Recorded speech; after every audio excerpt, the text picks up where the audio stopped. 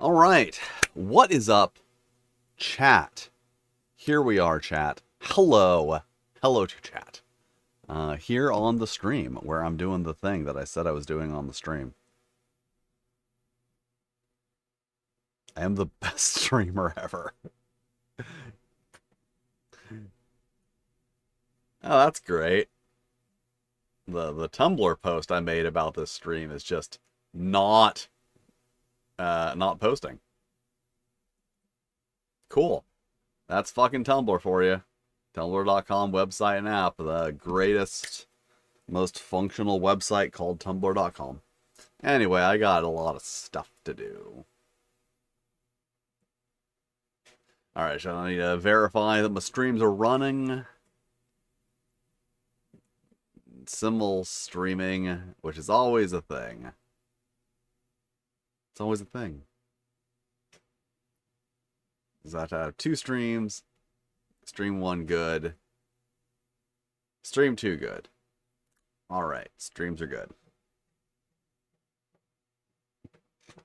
Actually, stream 2 looks like it's lagging significantly. Oh well.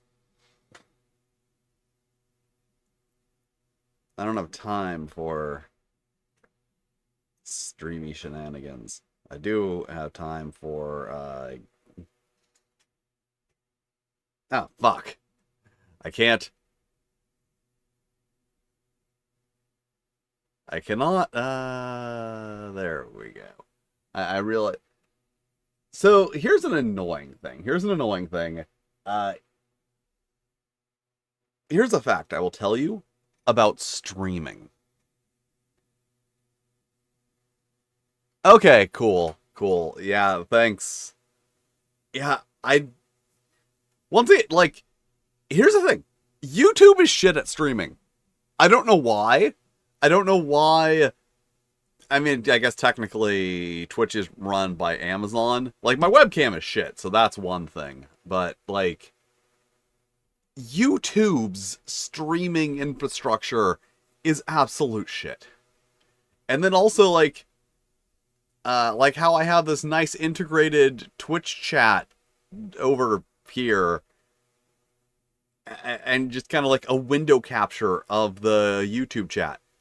That's just because the YouTube, I can't get a nice capture like that of the YouTube chat.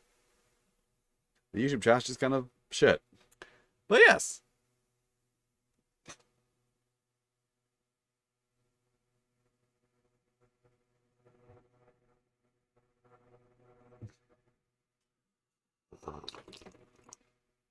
I was freezing.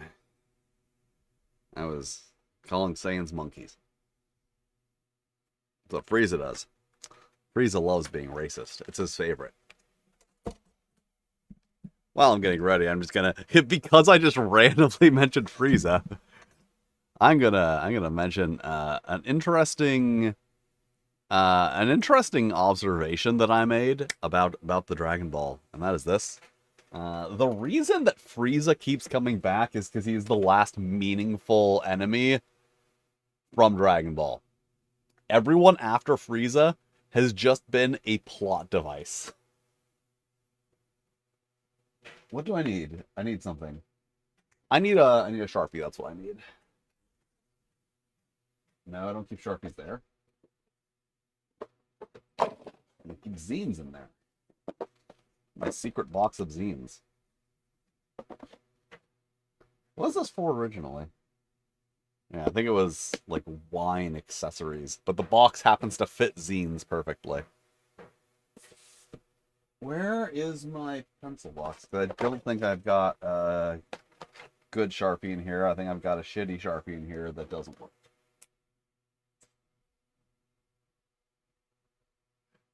But why would I have a Sharpie that doesn't work? Why would I throw away the Sharpie that doesn't work? That's a really good question I asked myself just now.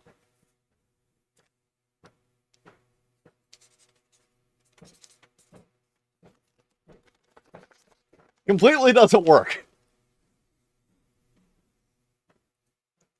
Throwing away the Sharpie does not work at all.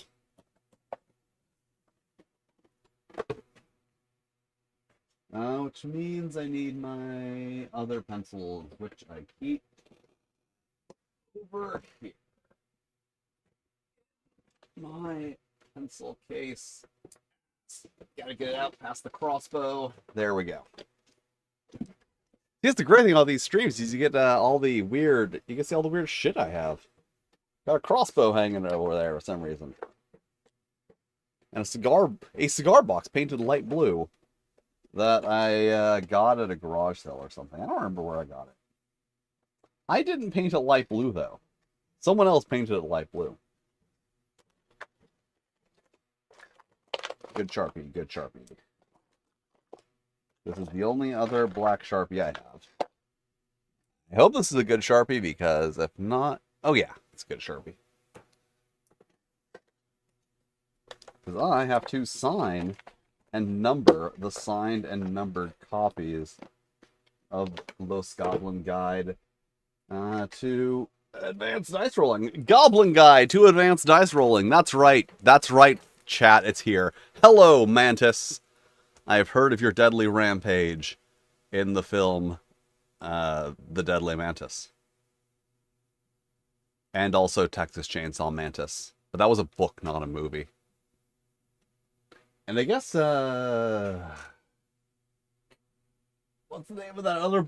What's the name of that other book I have about giant mantises? I have particular interests. But point is, yeah, bam, Goblin Guide, Advanced Dice Rolling. Lots of copies. I've got, I got 215 copies of this. You might be thinking, why did you order 215? Why such a weird specific number? I ordered 220, and Print Ninja shorted me 5 copies. So if you watched my video where I was like singing the praises of Print Ninja, my opinion on Print Ninja has slightly soured since then. Because also, like, here's the thing, these are not offset. These are printed off on like a big digital printer. So, like, there's not setup involved in this. There's not like, you know, hundreds of thousands of dollars of setup that they have to do. And also Blue Monkey? Is there a Blue Monkey here? I don't know what's going on. Point is, so they could very easily have just run me off 5 more copies and sent me the 5 copies. Because, like, the little thing that they sent me that said, open here, it's like, oh, you know, we include overprint to take into account damages. So the fact that I got 215 suggests to me that they actually, like, ran my order off at, like, 210. And included 5 extra copies in case of emergency. So, yeah. But here's the thing. So, they offer me a refund of, like, $8. Because that is the per unit price of 5 copies when you're buying 220. If, like, let's say hypothetically that I had only ordered enough copies just to fulfill the Kickstarters and, like, had to get another 5 copies. It would cost me $30 to print out just 5 copies. That's just printing. Shipping, with shipping, it's over $40. So it's just like...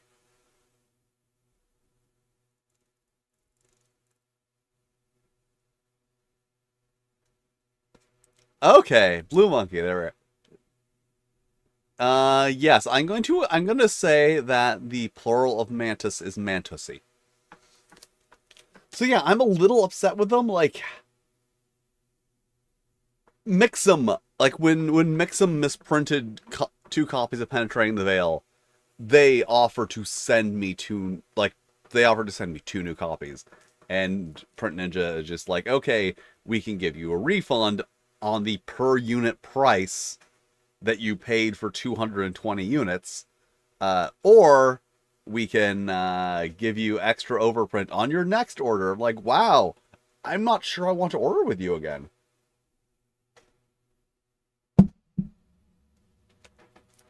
So I'm a little annoyed at that particular company right now. All right, so 1, 2, 3. Like, the book looks great. My only complaint that I cut out of the unboxing video because I was like, it's being a bit too pedantic, is it does look like the cover image is a little uncentered. I was thinking, like, maybe that's because it's taken up by the spine. Maybe it's because it was poorly trimmed. I don't know. 4, 5. These are going to start falling. 6, 7, 8, 9, 10, 11. 1, 2, 3, 4, 5, 6, 7, 8, 9, 10, 11.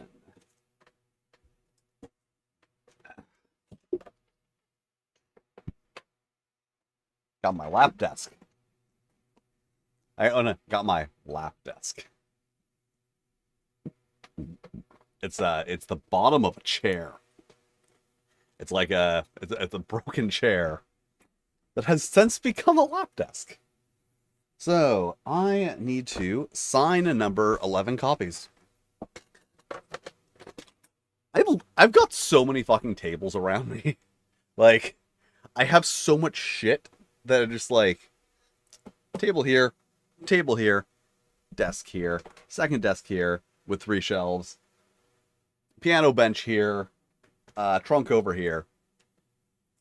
I have like so many places that I can set stuff down. All right. I feel like I want a better thing to do this on.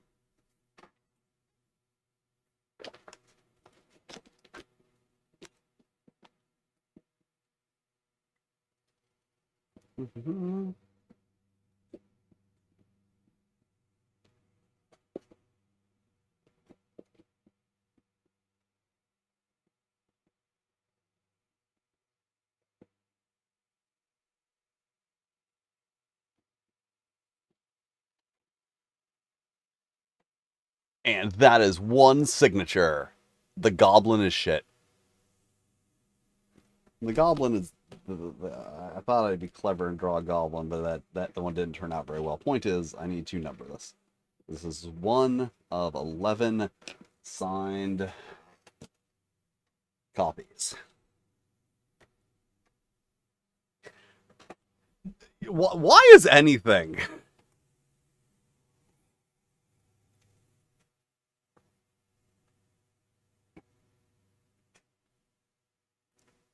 Movies like to have bad titles. Like, in the 1950s, we had really good movie titles. We had, like, okay, there's a movie about a giant mantis. We're going to call it The Deadly Mantis. There's a movie about giant leeches. We're going to call it Attack of the Giant Leeches. We got a movie about killer shrews. We're going to call it The Killer Shrews. And in modern times, we're like, oh no, that's old and hokey. We need cool titles.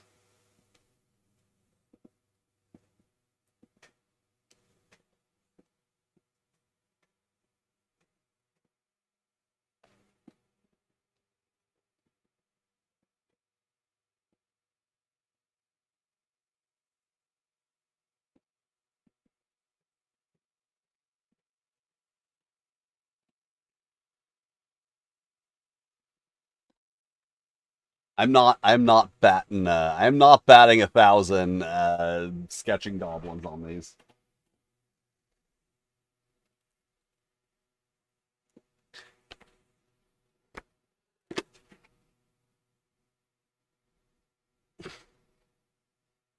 See, that's this point. You go to a movie called Boxing Hell, you expect to be out hell out of boxing.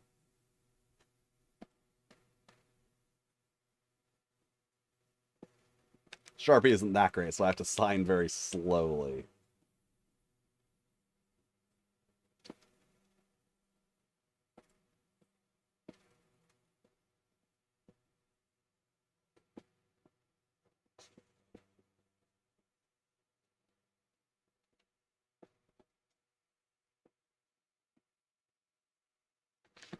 There we go. I got it. 3, 4. I always feel stupid doing this because I'm like, who the fuck am I? Why am I signing shit like I'm some kind of celebrity?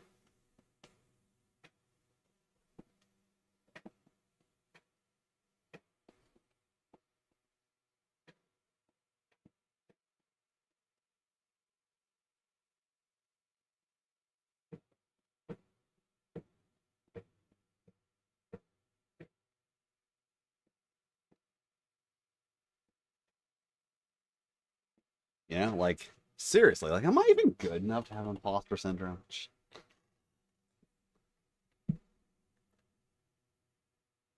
Yeah, people paid for it, so, like, I keep doing it, but it's weird to me.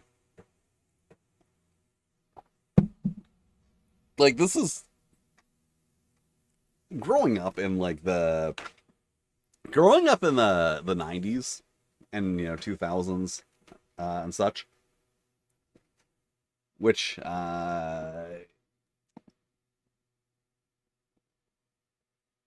the last real era that we had like major celebrities.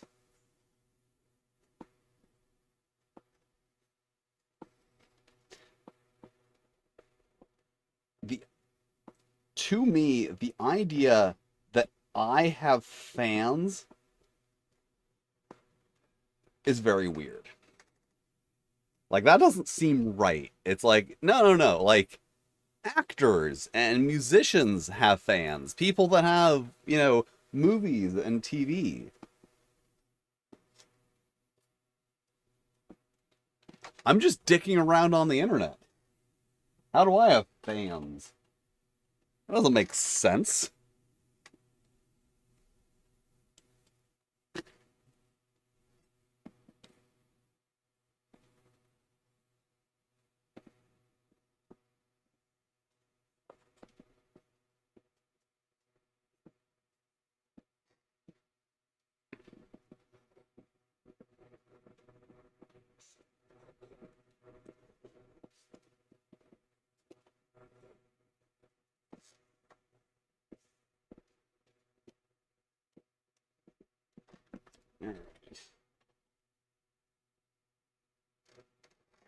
As weird as this is to me, I often wonder uh, what it's like for like my friends and like my partner and people, like the idea that I am a, I don't want to say famous, but like that I am a noteworthy person who has fans on the internet.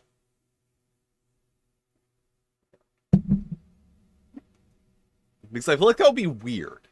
I feel like that would be weird for them to conceptualize the idea that just their normal friend is also popular internet person.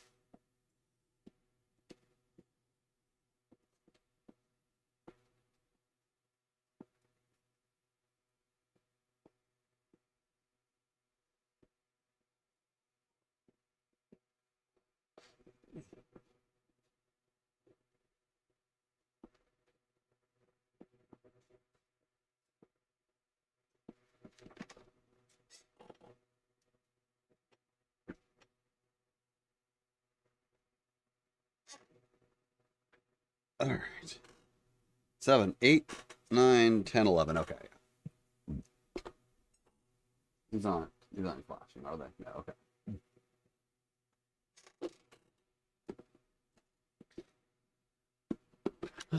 Oh yeah, I need to put one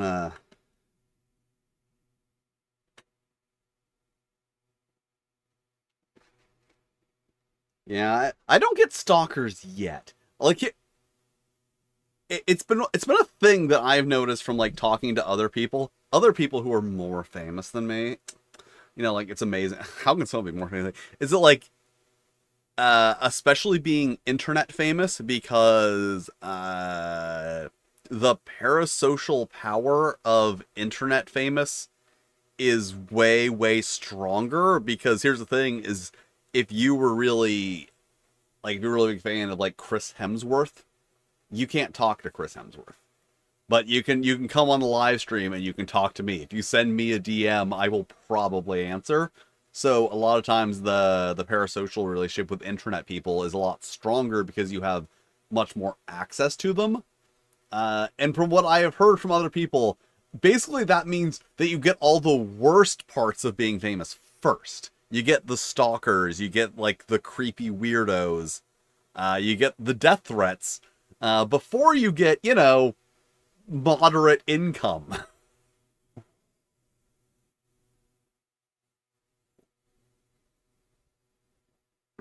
Oh, thank you. I'm glad you enjoy the videos. Also, I have a smooth, not as much.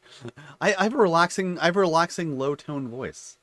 I use like baritone, you know, like a relaxing baritone.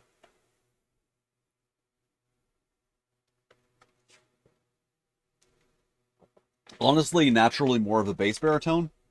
I speak at a slightly higher pitch than like my natural resting voice.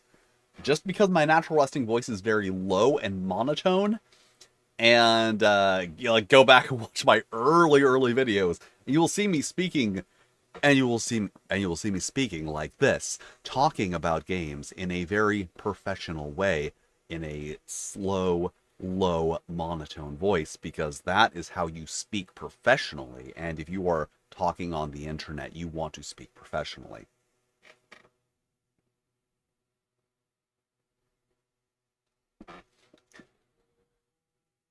Yeah, creepy weirdos. I mean, there was actually a weirdos animated series in the 2000s, which was weird.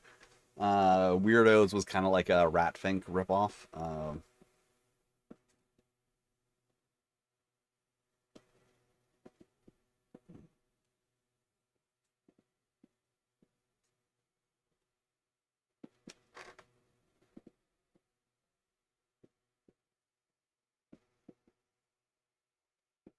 Oh, terrible, overly commercialized world we live in, where there are Ratfink pop vinyls. Oh, I didn't number this one.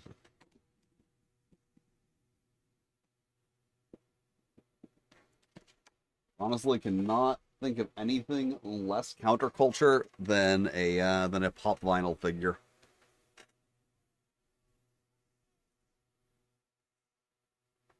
Hello, everyone. I'm Markiplier. Oh wait, no, that's that Moist Critical who speaks for Lila. I don't. As I said, I didn't grow up with streamers, so I don't know what Markiplier sounds like. Like, the only thing I know Markiplier saying is that the Bite of 87? That's what I know Markiplier from, is just memeing about, is that the Bite of 87?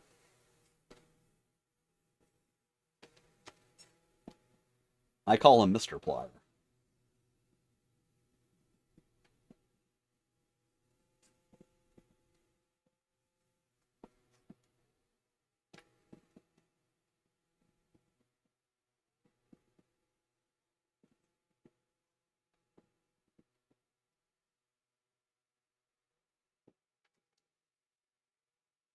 Eight.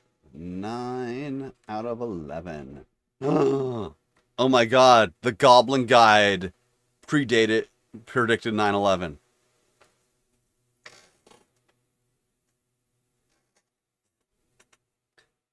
I enjoy people who are crazy. Yeah, weirdos. As I said, like, weirdos is a weird thing because, like, conceptually, I like weirdos. Like, I have a weirdos model kit from when I was a kid. Uh, I like weirdos conceptually, but also the fact is that they are very much a fucking knockoff Ratfink. And it's like, okay, that's not very counterculture. That's not very counterculture of you.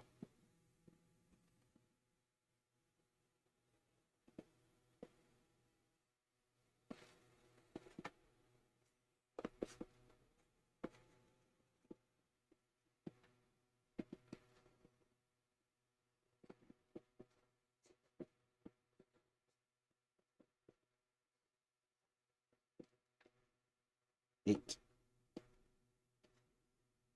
Wait, that's the wrong number. I already did 8 and 9. This is 10.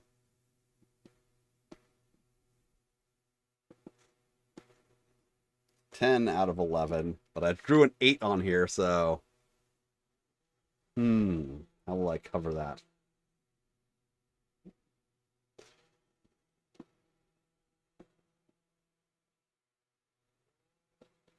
I'm making the 8 into another little goblin.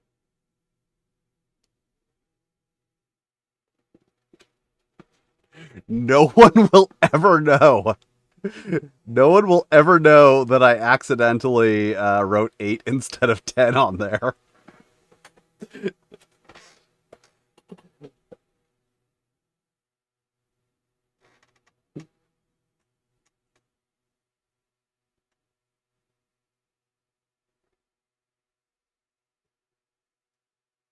It's not so, Weirdos isn't it? Weirdos isn't an old franchise. It's from the 60s. It's not that long ago. 60s isn't that long ago. The thing that happens when you get older is you realize that not just within your lifetime, but before your lifetime, like, things aren't that long ago. And then other young people are like, what are you talking about? Like, so I had a horrible realization when I was talking to my partner, and I was also browsing Drago Brazil. Because, sometimes you browse tabletop gaming magazines in a language you don't speak, because that magazine is ridiculous. It's like, oh, do you want stats for all the characters from the X-Men movie for GURPS, and also the storyteller system, and also 3D&T? It's a regular thing where they have, like, adaptations of, like, an anime or a movie or a video game or something with stats for multiple different systems, and I've never seen another magazine that does that, which is very interesting.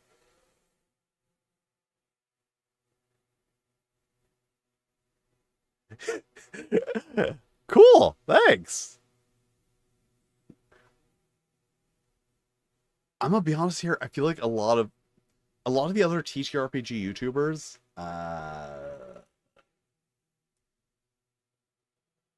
want to be idolized. Like,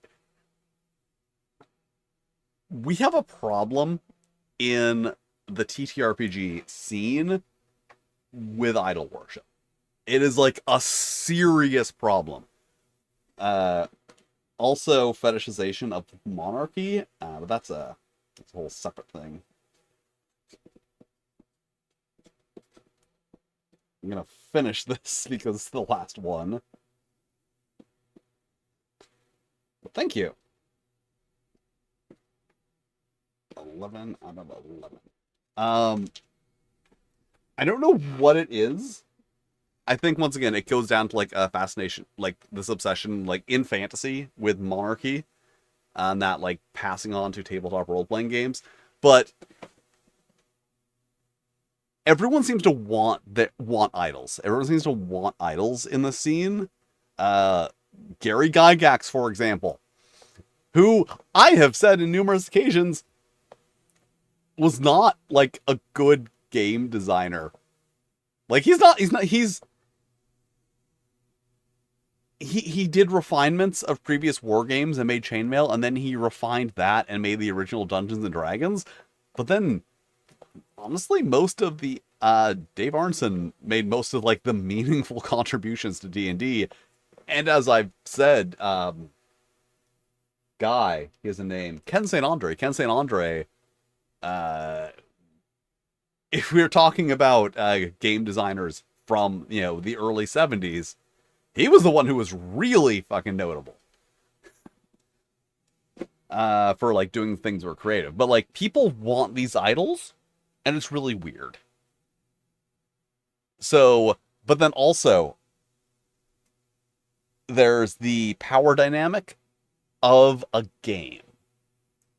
There's the idea that, you have your players, and your game master.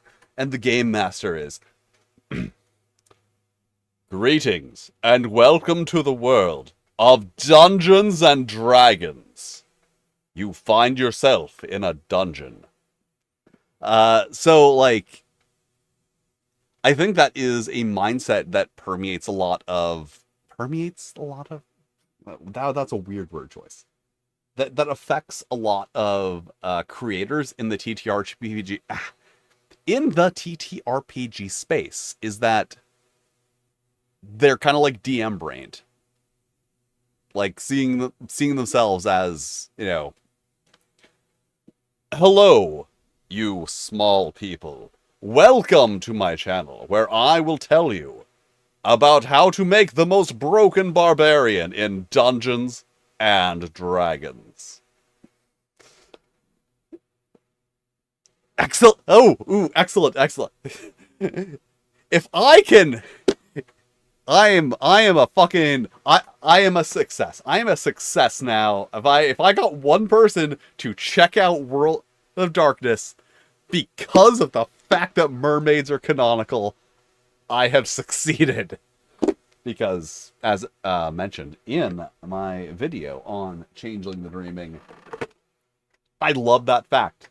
That is why I love Changeling the Dreaming, is because mermaids are canonical in World of Darkness. The edgy vampire game canonically has mermaids. And I love that. And that's why it was cool.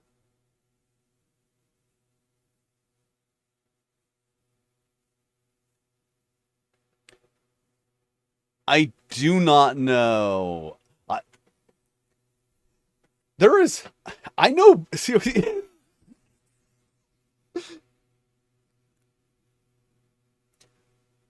I know very little about publication of TTRPGs outside of America, except for some reason in Brazil and Japan.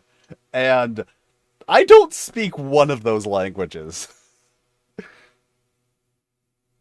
Yeah, like, here's the from what I don't watch a lot of TTRPG channels on YouTube, because yeah, they're all like that. They're all, here's what you need in your game, how to turn up your D&D game. Or they're fucking... I'm not going to call out this channel by name, because I'm not going to call out people by name for feeding the algorithm. That's the thing. We're on YouTube. We're feeding the algorithm. That's what we do. But, like, making videos that, as I said, are showing off, like, intentionally broken builds and shit. That are... intentionally broken builds based on really big misunderstandings about the rules. And I have some very specific, like, feelings on that, and that is this. I really need to make my my tabletop role-playing games and BDSM video, because goddamn the parallels, the fucking parallels. So there's something of an assumption, like, in the community, not maybe not even an assumption, just like a norm, an idea, that, like, the game master, as I said, is like this powerful person, this person who's, the mastermind pulling all the puppet strings. But here's the thing, sometimes the dungeon master is just like your friend Danny, who is running a game for the first time. And I feel that a lot of these... Okay, those are dry. A lot of these channels that are like, oh, here's how you make the most broken build possible, and subreddits where people go in and are like, how do I make the most broken build possible to do 1,000,000 damage and ruin the game for everyone else? Those games, like, those people, those channels, the people who encourage that kind of thing are specifically fucking over a new DMs. Because here's the thing.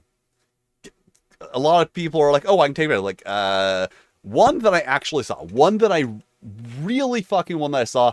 Once again, I'm not calling someone out by name, but once I describe this, you might know who I'm talking about.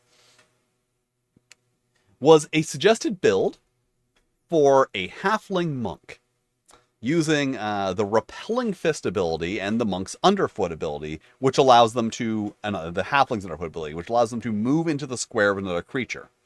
So the way this was presented was that you could move into the creature's square and then use repelling fist to shoot them straight up in the air and then deal fall damage when they fell down.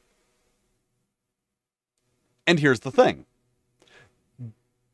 That doesn't work. The only way that works is with a severe and, if anything, intentional misinterpretation of the rules. Because, for starters, for repelling fist to launch someone straight up, you would not need to be in their square. You would need to be directly underneath them. You would have to be standing, laying on the ground underneath their legs. And you can't do that without provoking an attack of opportunity. So there's that. And then also the fact that repelling fist is like from a kung fu movie where a guy, hits you really hard and then you slide back. It's not launching. So any GM who is not incompetent, who has the basic understanding of the rules, if you showed up in a game with that build and tried to do that, they would just say no. That's the thing. However, if you have a new GM, someone who is running a game for the first time, doesn't really know the rules, and you show up with one of these broken builds from the internet and say, well, a guy online said that's how it worked, there's every possibility that they will go, oh, well, I don't know the rules very well, so I will just take the advice of this person online who, as a Dungeons and Dragons channel with hundreds of thousands of subscribers, clearly must understand the rules.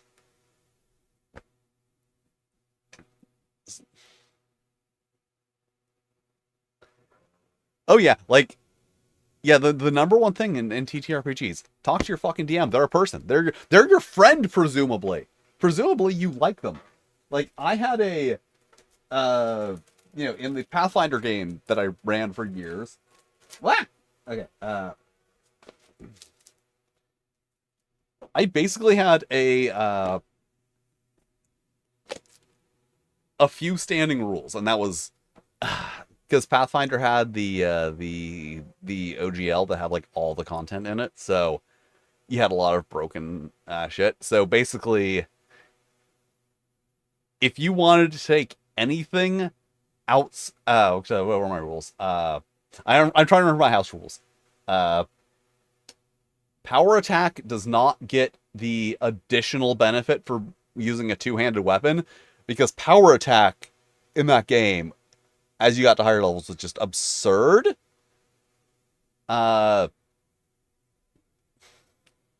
Paladins weren't allowed for various reasons. And I had to specifically forbid the Boar's Fist feats. But, I had a standing policy that was this. If you want to take anything from outside the core rulebook or the advanced player's guide, you just need to ask. And that was anything. Anything from any book, official or third party. And it almost never came up. Some people were 1, 2, 3. People would occasionally ask for feats from the Unchained books, and not the Unchained books, the Ultimate books. But no one ever came to me and were like, hey, can I use this third party class? I probably would have been like, yeah, sure. As long as it wasn't shit.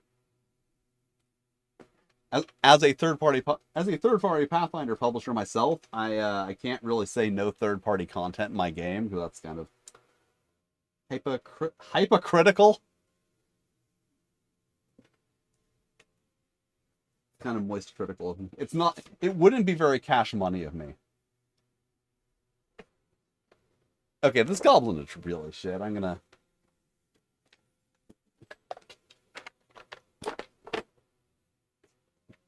The first goblin I drew is absolutely awful. I'm gonna draw another one. This person gets 2 goblins.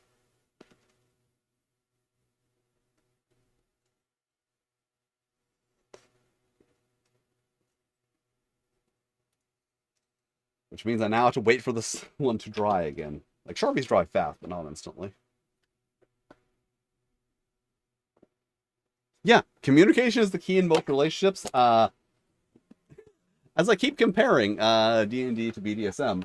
Oh yeah, I was saying, same thing in BDSM is that, like, there is a not even spoken, but just like assumed belief that DOMs are like immediately going to be like super in control and know what they're doing, and like you can't take advantage of them.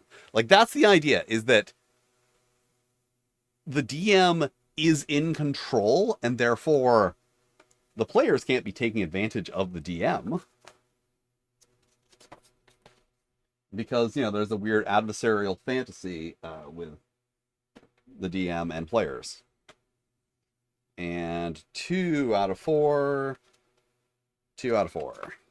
The signed ones go to people in the order that they pledged. So if you want to pledge for a signed copy, you want to do it early as possible to get the lowest number possible for some reason. I genuinely do not understand what that reason is, but I know there is one. For some reason, in collecting limited edition numbered things are more valuable when they have the lower number. Even though it's the same thing. But, like, number 8 is worth more than number 208. 4. And because I'm smart, when I went and printed up the envelopes, I also wrote which number they get on the envelope.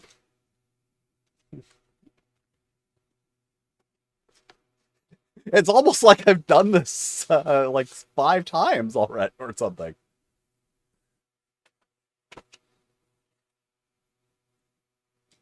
Yes, that's...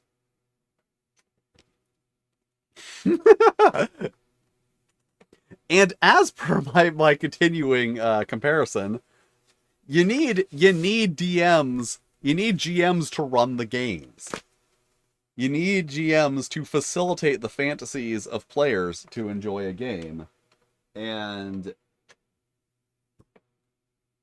if someone, steps into the GMing parlor, steps up to the counter, I don't know, and is just like immediately hit with the most miserable experience because their players are taking advantage of their lack of experience, they're not going to want to run the game again, and I can't blame them.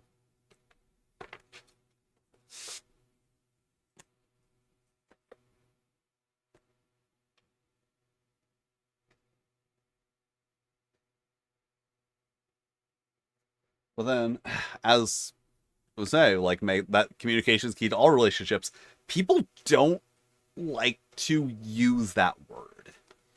People like to use relationship as a word that exclusively means romantic relationship. So people talk about toxic relationships, they're only thinking of... Oh, wait. Was that the right one? Is this 9? Yeah, that's 9. One of the signed copy people didn't fill out their survey. Yeah, people like to, or like, see that like it's only romantic relationships, but no, your relationship with your friends is your relationship, and your relationship with your friends can be toxic. Especially your relationship with your D&D group can be toxic. I speak from experience. I also can speak from experience that your relationship with your band can be toxic. I can also speak from experience that your romantic relationships can be toxic. I'm really good at getting into toxic relationships. I'm so good at it. It's like, not to brag. Okay. So people don't want to, like, apply that.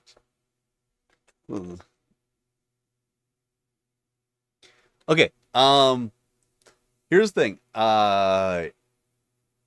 There's a difference between when the GM is collaborative with the players and when they lose control. Like, that's the difference. Is you can intentionally have less control as a GM, and that's fine. The problem is when, the players are, like, wresting control from you. Because that's when you're going to have a bad experience. And I feel like, once again, new GMs aren't going to have that wherewithal, like that experience to say, oh yes, I am going to know when to let someone else have control of the situation. A thing I'm constantly saying, I don't like actual plays. I've never found one I enjoy. I've tried watching them on like Twitch.tv. Like, I've never watched any of the big ones. I've, like, watched some randos as that on Twitch.tv. But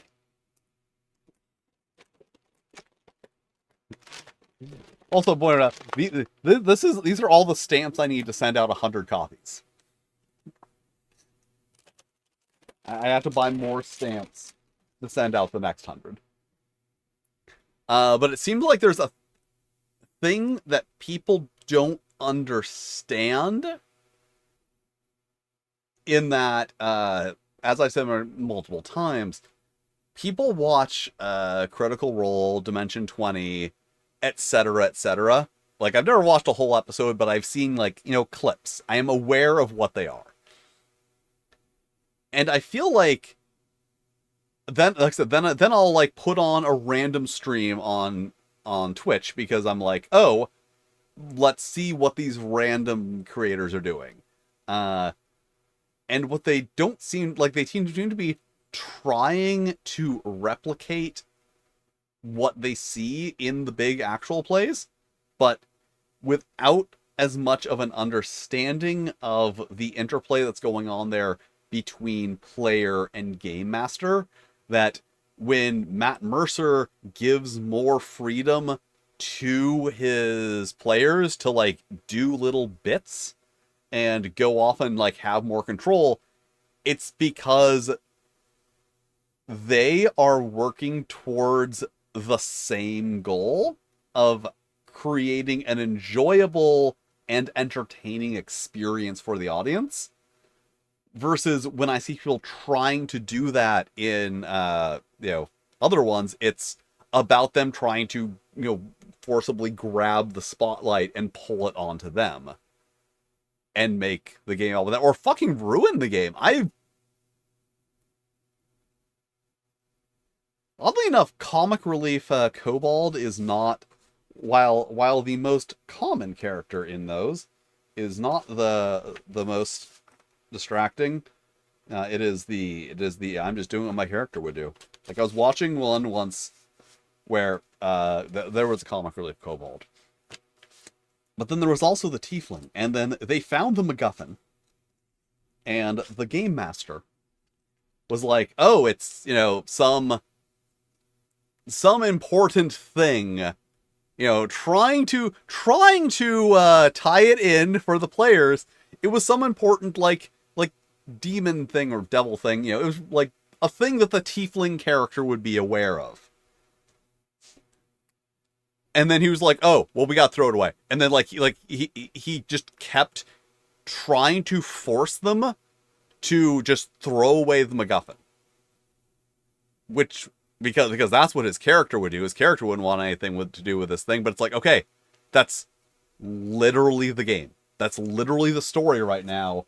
Is this thing, and you are just trying to ruin the game to focus it on your character. My big example of this that I love saying, once again, haven't watched Dimension 20. Is it Dimension 20? I don't remember I don't even know which series this is. The one with Chuckles. I've seen lots of clips with Chuckles. Chuckles is a good reoccurring gag. I enjoy it. But they knew, because they were professionals, how often to bring up Chuckles. That you couldn't bring up Chuckles every 5 minutes, because then the joke would get old. You have to use that joke sparingly. You have to understand that you are, collaborative storytelling here. Fucking boop. That many stamps. 4 stamps. I had to put 4 stamps on every single one of these.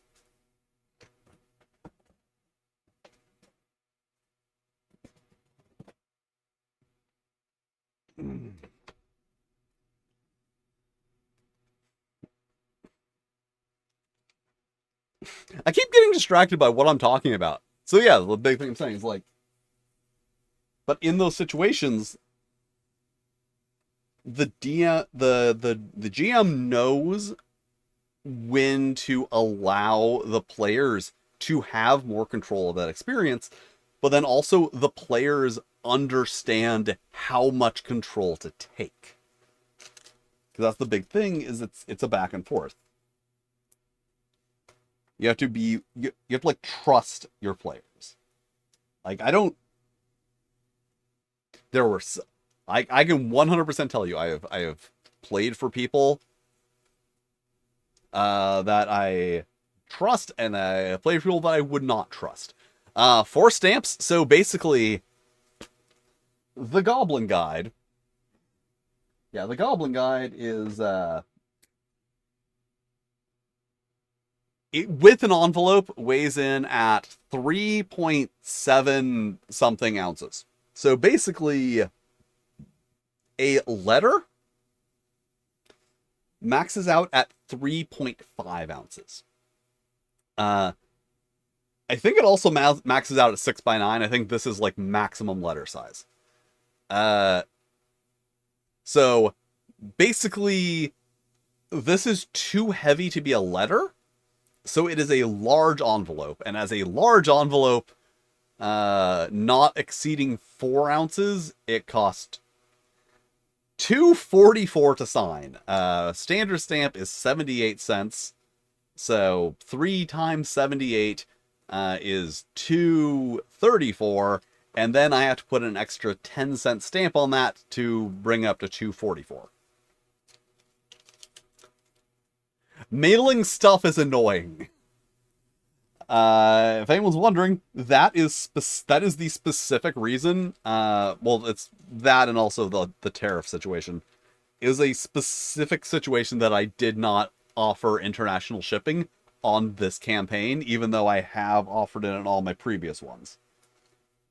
Because I was like, this is going to be a bigger book than my previous ones, and if it crosses that line between letter and package, the shipping rate internationally goes from like $3 to $5 to like $15 to $20.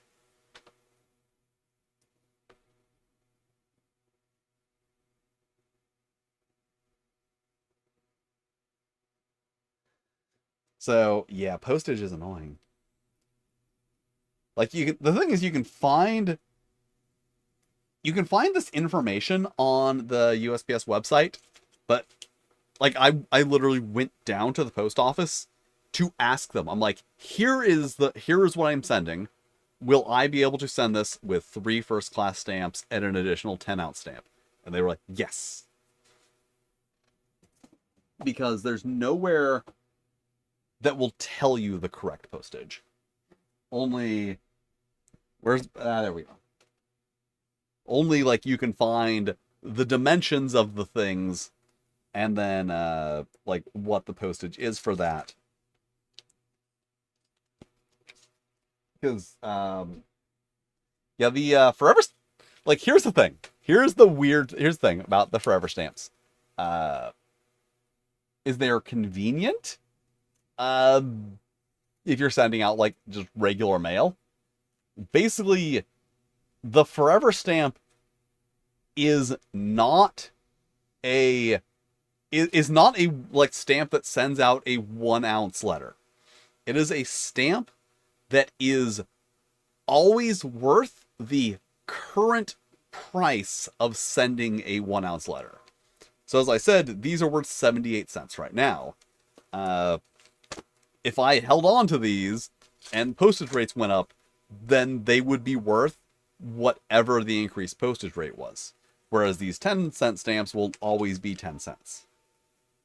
Same with my the 3-ounce stamps. That most of my zines I sent out with a single 3-ounce stamp, because under 3 ounces is a letter. Well, under 3.5 ounces is a letter. So I'm able to just send them out with a 3-ounce letter stamp. But then once you cross that 3.5 ounce line, it's a large envelope, and the base price increases. I think the price per ounce might go down. It's weird. There's a reason that there are, companies that will sell you a little scale that you weigh your postage on, and it will print out postage that you just stick on there.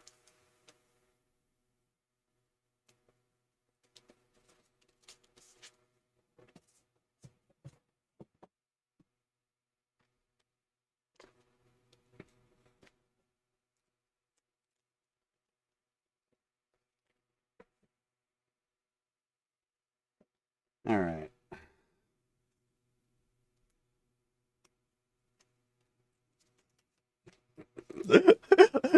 Postage education stream. Stream marked as educational.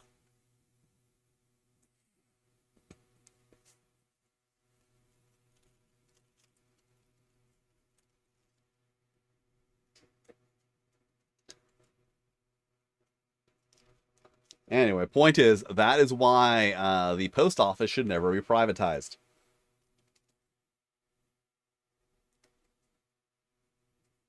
Because people are like, the post office loses billions of dollars a year. Yeah, so does every other government office. Post office is just the only one that actually takes in any money.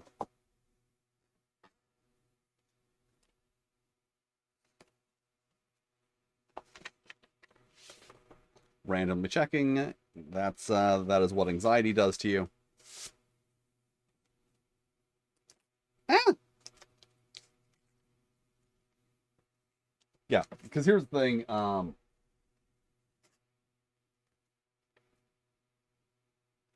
Taking this letter and sending it to Wisconsin for $2.44 is not profitable.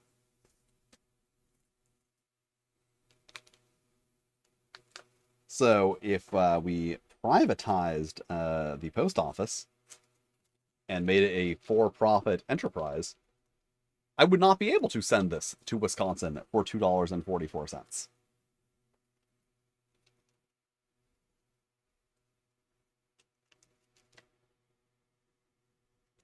I could send one of these to Hawaii for $2.44. Or Alaska. Or rural fucking Arkansas. Middle of nowhere.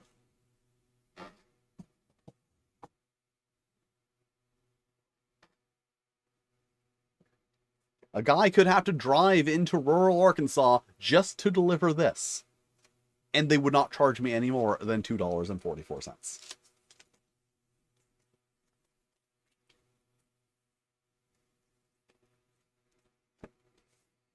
Okay.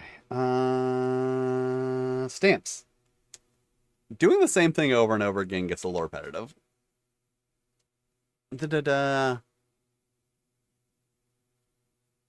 I don't remember if I responded to this, but like, yeah, like that's a thing that happens in games. It's like you have the one player who gets an idea in their head and they don't consider, is this thing I'm doing ruining the game?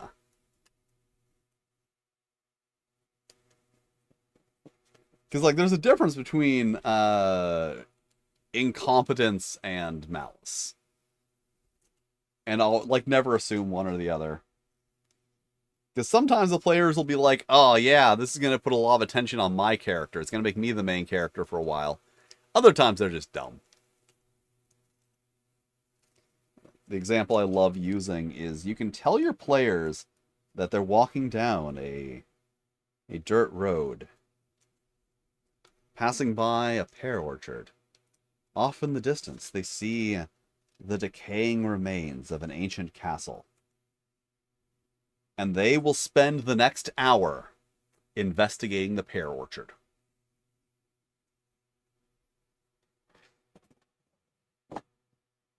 Because one of them will be like, wait a minute, didn't you say it was fall?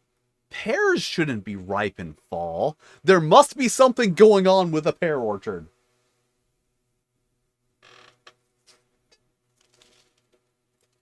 And I will not sit here and pretend that I have never been a part of that. I have been a part of the stupidness. I have been a part of the stupidness many times.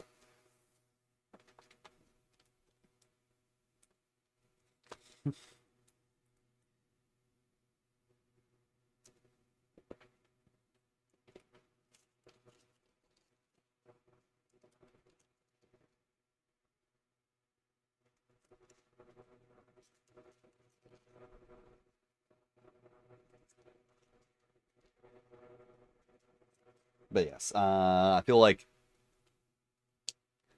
people watch. I keep saying Critical Role just because it's the one that most people watch. But like any like actually well done actual play is going to go in the same category. And they see what's going on and they think that like the GM is running this epic adventure for the players and they are just like playing around in the sandbox. When they all have the same goal, and that's what you need to have when you're playing. You need to all have the same goal, and that goal is fun game. Oh.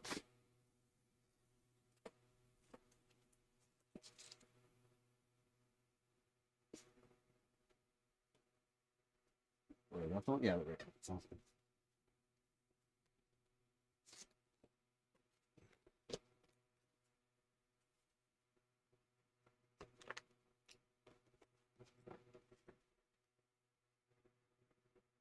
And you shouldn't hate each other. If you find that you hate the people you're playing with, you should probably reevaluate if you want to spend your time playing with them. As per the 44 rules for D&D.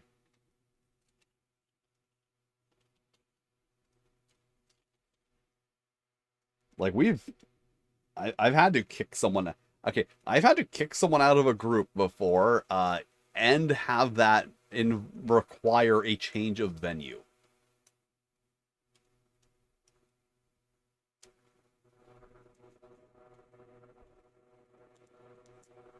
I think it depends on like how derailing. You know, if they're going off to investigate the pear orchard for like 20 minutes, that's one thing. But if they're, once again, trying to get rid of the NPC who is trying to give them a mission, trying to throw away the mission item, trying to stop the campaign. Like, I think that's the difference, is there's, like, stupid trains. Divert. There we go. Divert. I think the players can divert the game.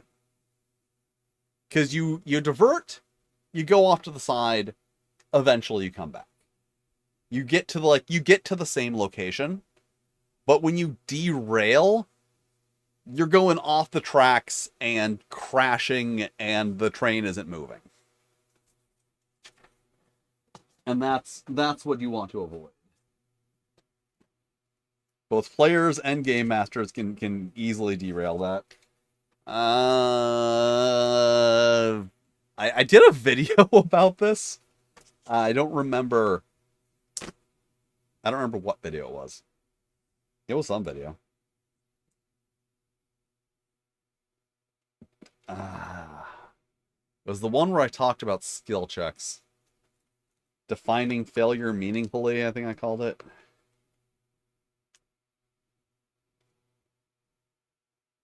Wait a minute. Okay, no, this is correct. Okay.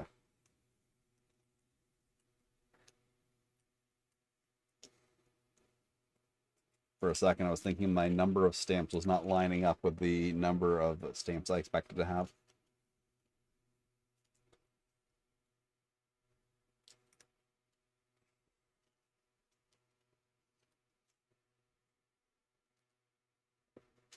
Like, as a designer, actually, I talk about this a lot in the new shorts rules for Dinosaur Erotica. Now available, Dinosaur Erotica shorts rules. New simple single session mechanics for Dinosaur Erotica, the role-playing game. But, like,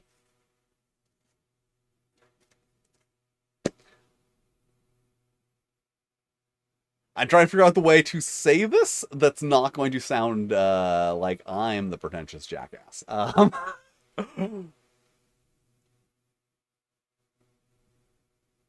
Running, I feel like, hey, so I feel like the big difference between classic GMing and good GMing is the ability to provide the players the illusion of choice.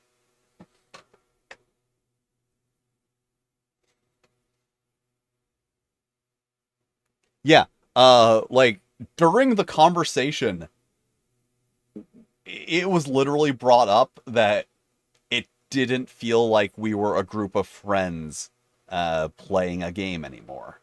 It felt like we were people who were forcing ourselves to be together all day in a dark, dingy basement. So that was... And then, like, after that, like, tensions with that person, I got better, I would say. Because, like, you know, obviously he was upset for a while, but then we didn't have fucking all of the tensions from the game boiling over into every other situation. But yeah, so yeah, like, big brain ideas this. Here's the thing I hate about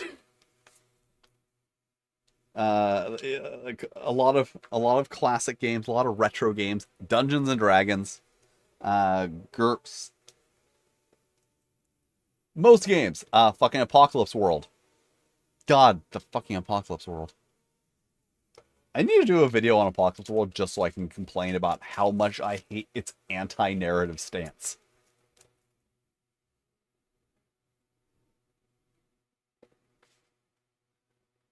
But there's an idea that the GM is providing a world for the players to go around in, but, like, and that world is solid. That world has rights and wrongs. There is one way that things work.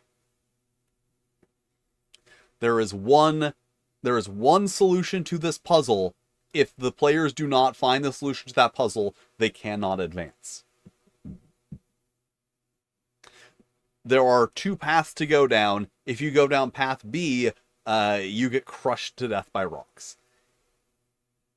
That is an idea that I think is stupid. Because it's not real. It's not even a video game. And in a video game, you go down the wrong path, you get crushed to death by rocks, you respawn at your last save point, and then go down the right path. So that's why I think is a big issue that a lot of people think, a lot of the pretentious DMs and players think that, like, okay, we're taking a world that exists in a fictional way and interacting with it in a real way. Whereas I am a strong believer in fuck it, just do whatever.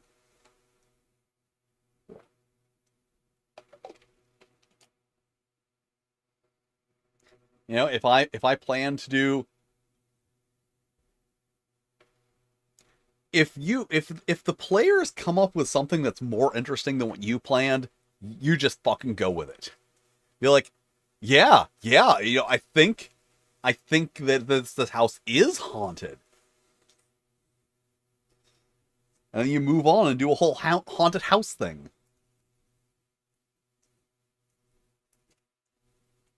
But it's a problem, especially with older games, is that there's a weird need for everything to be codified and, like, permanent. That it's like, oh, you can change the rules if you want, I guess, but still we need to tell you that you can lift 5 pounds for every 1 point of strength. And so that's, like, the big thing that I think has changed in more modern gaming is the idea that the world doesn't fucking matter. Like, once again, in the situation where the players have decided that that it was actually ghosts and not giant rats, and you were like, actually, yeah, that's way more interesting. And then they go and say, oh, is there like a medium in town? Is there some sort of some like old woman who can help us communicate with the spirits? You can pull out your notes and be like, oh, let me check out. No, there's no medium in town. Or you can be like, yeah, you know what? There is. You passed an old fortune teller on the way into town. I didn't mention it at the time because you were arguing about cheese wedges.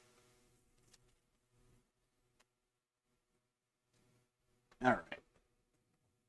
And now the next part of this. Ah!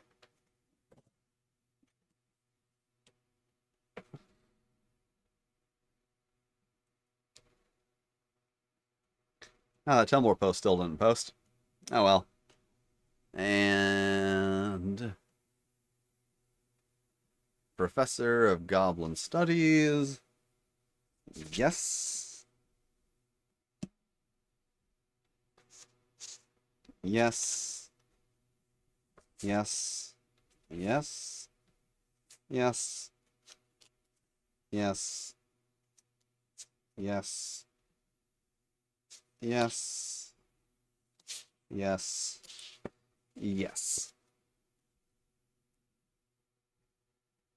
And mark those as being prepared.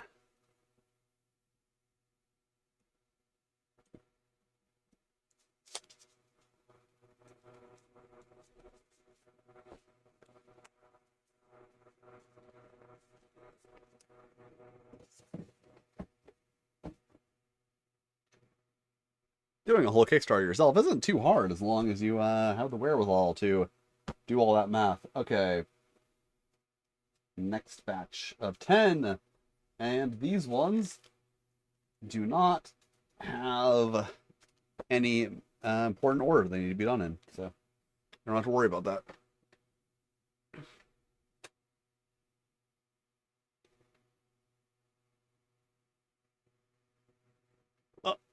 Okay, so I don't know what these gear slots are.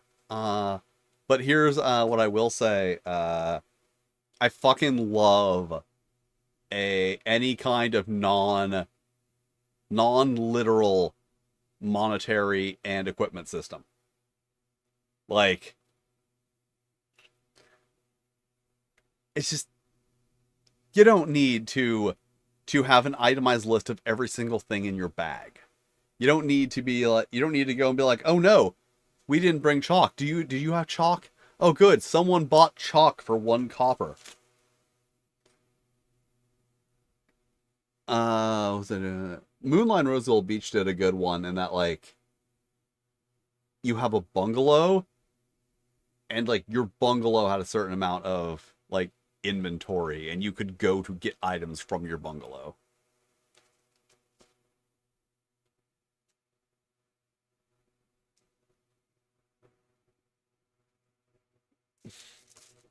Trying to figure out the optimal way to do this.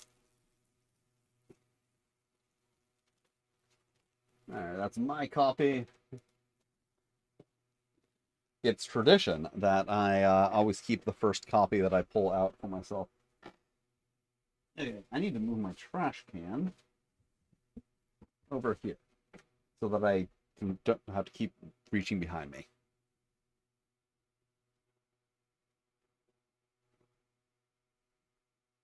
Yeah, that's fine. Like, volume is volume and weight are always a thing. If you watch my video, and then like, especially for someone who makes so many videos on classic role playing games, I kind of hate a lot of stuff that's in classic role playing games. Because one thing I would notice is like, in addition to like weights being really annoying to deal with,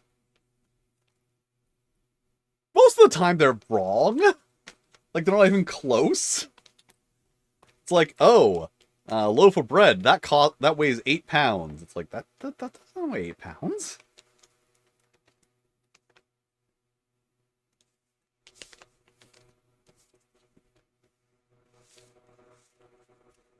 Gamma World 3rd Edition was particularly bad with that. Gamma World 3rd Edition was particularly bad with lots of things.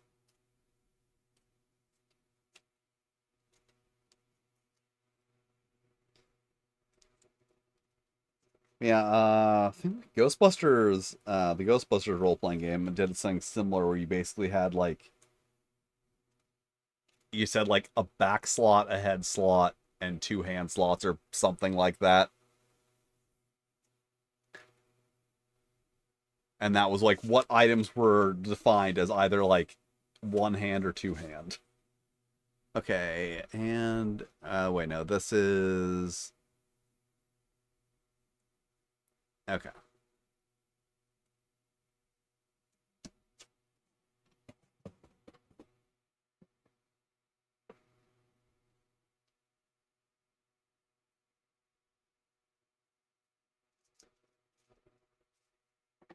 Well, you see, they use Imperial because they're it's old timey. You can't once again you can't use kilograms in a medieval role playing game. Who will know what those are? They wouldn't know what a kilogram was back then.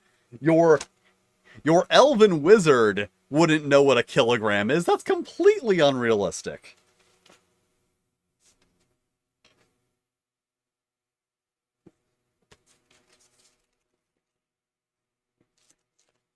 Another one of my go-tos. If you find any specific element of your elven wizard to be unrealistic, other than the fact that they are an elven wizard, you're probably thinking of the game wrong.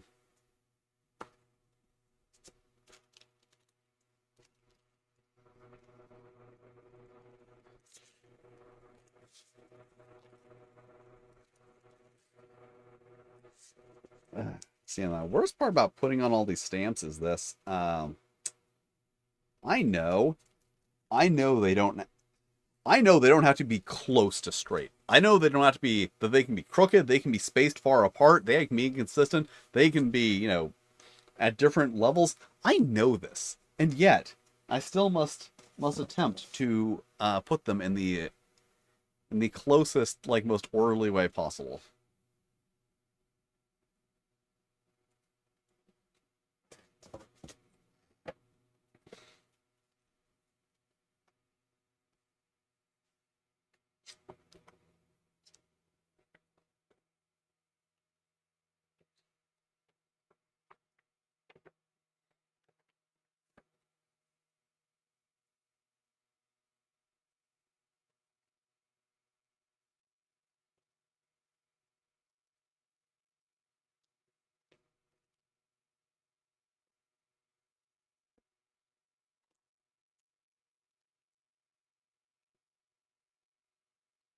Unless it's a sci-fi game from the 1980s, then they'll use metric to seem futuristic. They'd be like, in the future, people measure things in meters and kilograms.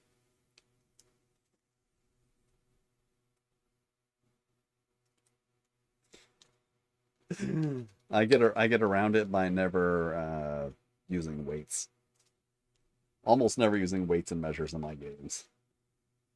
Doesn't matter how much something weighs.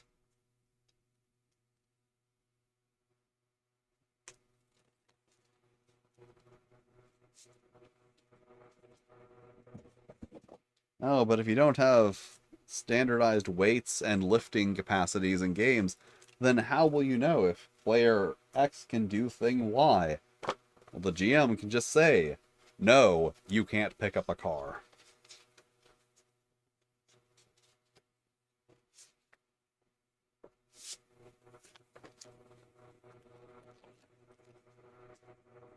Another topic I want to make a video on, but I also don't want to deal with the feedback from, is the whole concept that the GM can and should say no. That you're not a wish fulfillment machine. There doesn't need to be a rule in the book saying that. Like weird, controversial. I have a controversial take here. TTRPGs do not have exploits. There is no such thing as an exploit in a tabletop role-playing game. Because if you discover an exploit in the rules and attempt to exploit that exploit in the rules, the GM says no.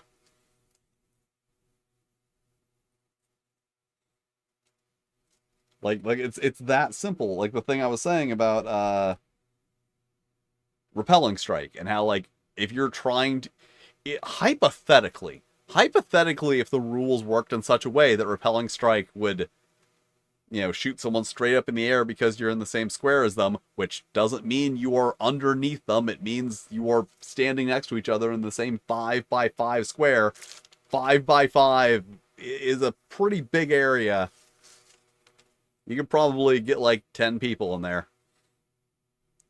Oh, what did you miss? You missed me rambling on all sorts of tabletop role-playing topics. And comparing GMs to DOMs. In particular, in the way that the community views them as not needing attention as an equal participant in the play.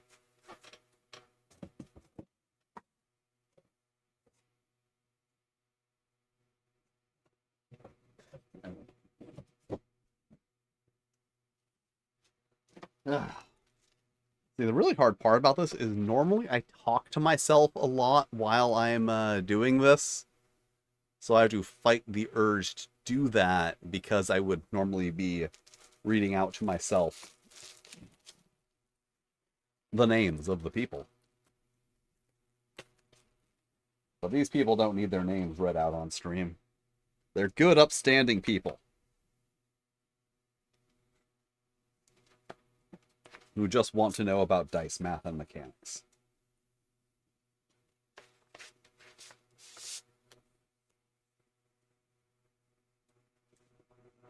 They could. Like, Yeah, like, reasonably, you could probably fit 10 human adults in a 5x5 square. There's lots of room. But the point is, like, even if hypothetically the rules allowed for that, the GM's, part of the GM's job is to go, yeah, clearly the rules didn't intend for you to do it that way, so I'm not going to let you do it that way. Or, clearly you're trying to exploit the rules in a way that is detrimental to the game and everyone else's enjoyment. Like, another fucking broken build from the same channel, who I feel like people are probably realizing who is, was to make I think it was an Arakoka monk. They're like, you make an Arakoka monk, and then you, like, with the grappling subtype, and then you just grab people, fly straight up, and then drop them. And in that case, yes, that is 100% how the rules work. But also, if your player comes to you and says, hey, you know that upcoming game that you're doing? Yeah, I was thinking of playing an Arakoka monk. And you say, yeah, sure. You can play a grappler who flies. That's kind of your fault. But also, the thing I said about new DMs aren't going to be asked if you can play an Arakoka and say, well, that seems kind of game breaking.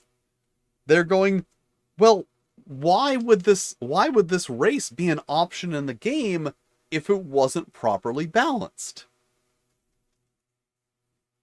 Because they don't have the experience to look at that and say, oh, well, it's a thing that exists in the game, but not necessarily for me to do. Like, as I said, I can't blame him for, feeding the algorithm, but, like, it's just, I worry that that attitude is like the most toxic thing in the TTRPG. Okay, the most harmfully toxic thing in the TTRPG community. Like, the most toxic thing is, the gatekeeping and everything phobia, but, like, there's not as much of that. Like, that's not, if you went into a subreddit and said, hey, how do I stop, people who are not cishet white men from playing D&D, people would say, what the fuck is wrong with you? But if you go into that same subreddit and say, hey, how can I make a character that deals 200 damage a turn? People will line up to give you their thoughts on that particular subject. And now I can talk about the weird fucking order I got.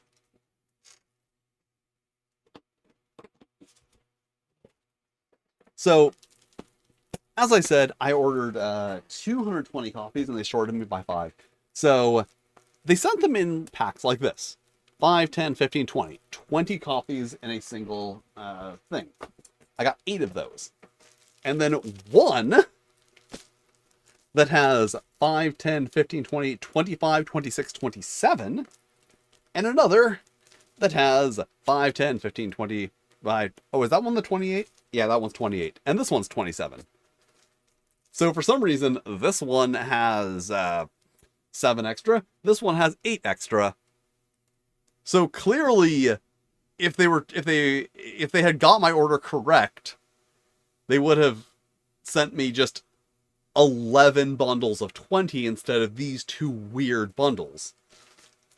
So it's like not even, just upset about that. So yeah, that's a big concern of mine, is that it's discouraging people. Like, people are playing a game, getting running a game for the first time and getting like pounced on by their experienced players who are seeking their who are like feeling their weakness. They're like, haha, new GM, I can take advantage of them. And then you don't want to run a game again.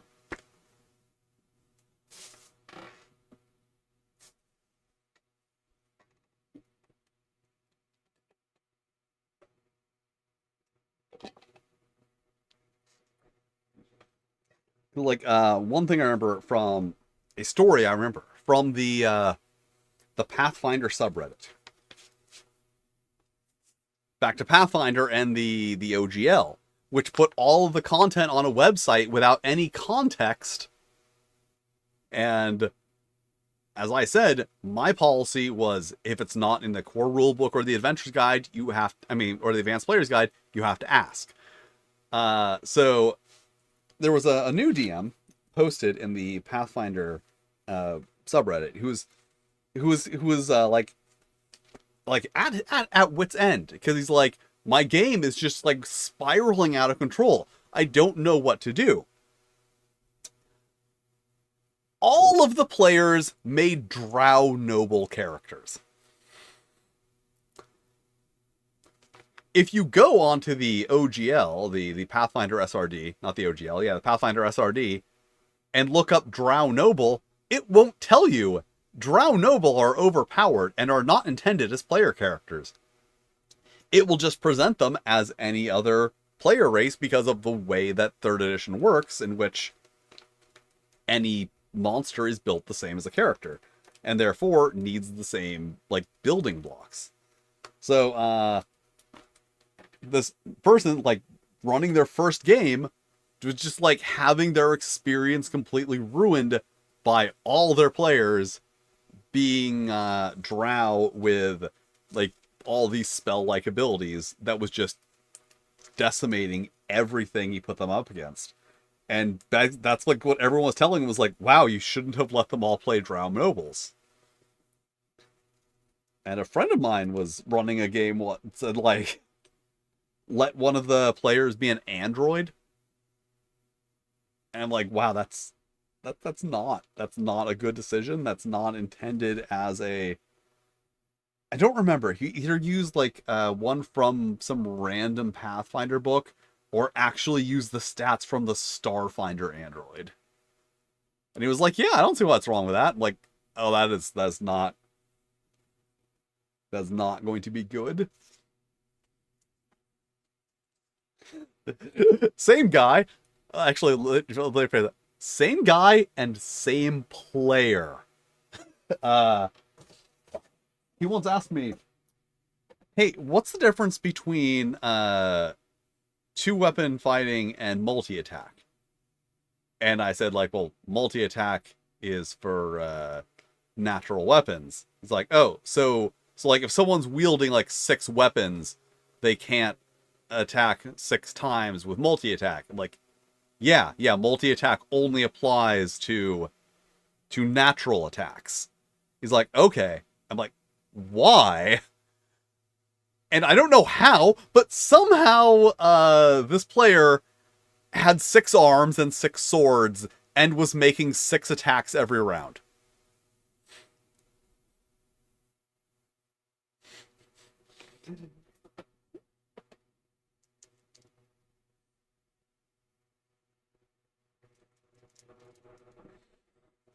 I have no idea.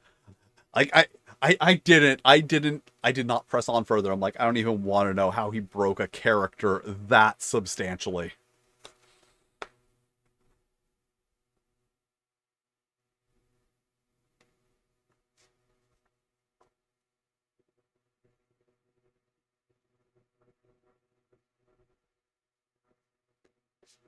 Oh, they expect that everyone's going to cheer and clap, and they're going to be the main character of the game from that point forward. That everyone's going to be like, "Yeah, wow, you did such a good job. We didn't have to do anything."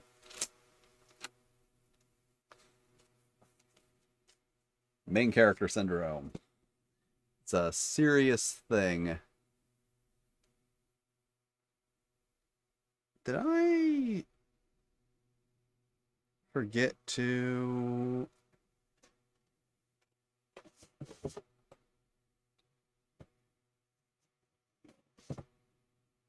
Okay, yes, I did forget to. They absolutely do not expect you to call them out on it and say, yeah, that's wrong.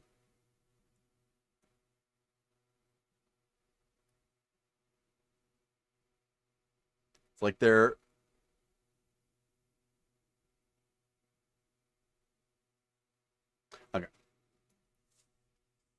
it's like people who play online games with cheats. Like I play a lot of Street Fighter 6. Not a lot of Street Fighter 6. I play a moderate amount of Street Fighter 6. And sometimes it's kind of obvious that people are playing with macros. And it just comes down to, like, as you said, what is the what is the goal there? Like, what is the enjoyment you get from, like, ruining someone else's experience? Yeah, they think everyone clapped is real. Uh,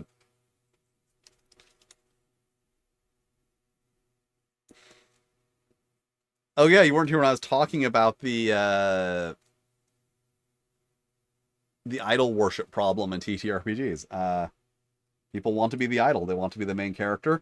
And failing that, they need to find someone to worship, be it Gary Gygax or Matt Mercer or me.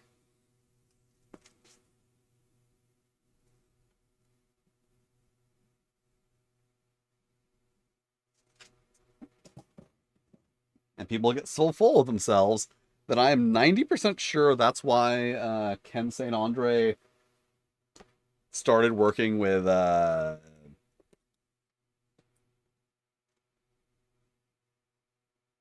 was the name of the pirate publisher that did the 6th edition of Tunnels and Trolls? Outlaw Press. Like, yeah. My the first part of my 7th edition video. I have a second part of the 7th edition video coming out. Um, Literally the bootleg Tunnels and Troll publisher somehow got to be an official Tunnels and Trolls publisher. And my personal thought on that is that he just sucked up at Ken St. Andre, and because people like to imagine themselves as the idol, he got tricked into letting a notorious pirate publisher publish official Tunnels and Trolls content.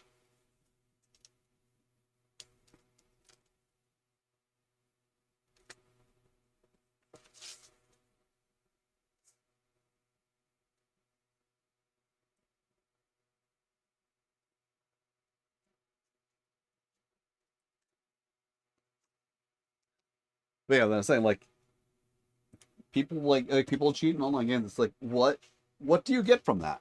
Like, what is your satisfaction? It's like, oh, then I sail up the rankings, and then, like, I genuinely do not understand the mentality of people who, like,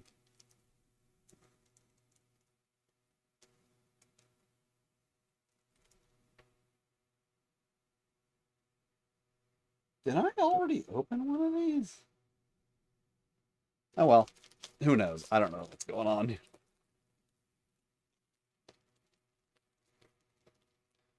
But yeah, see themselves as the main character for 10 minutes of the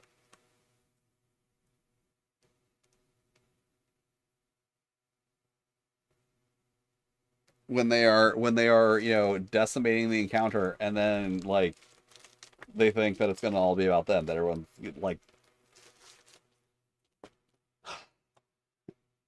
Now listen, I know empathy is a made-up new age term, but it definitely seems like some people lack that ability, like, fully.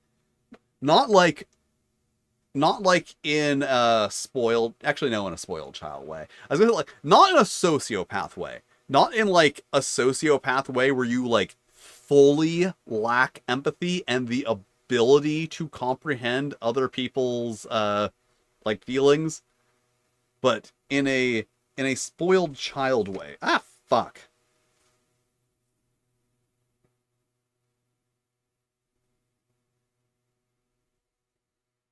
This envelope is misprinted. I am going to. It's just the return address. I'm just gonna slap an additional return address label on it.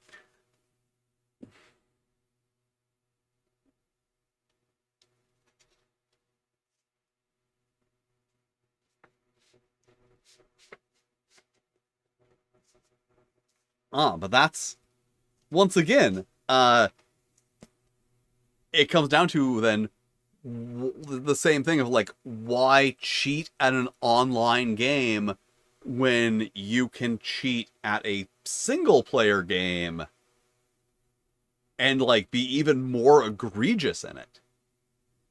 Because like you can mod Half-Life to be invisible. No, Half-Life? Yeah, because Half-Life. Invincible. Fallout. I was thinking of Fallout. Like, you can mod Fallout to give yourself, you know what, fuck, you can mod Skyrim to give yourself invincibility and a machine gun. But you don't do that because it's about, it is about needing other people, like, right there to, like, exert your control over other people.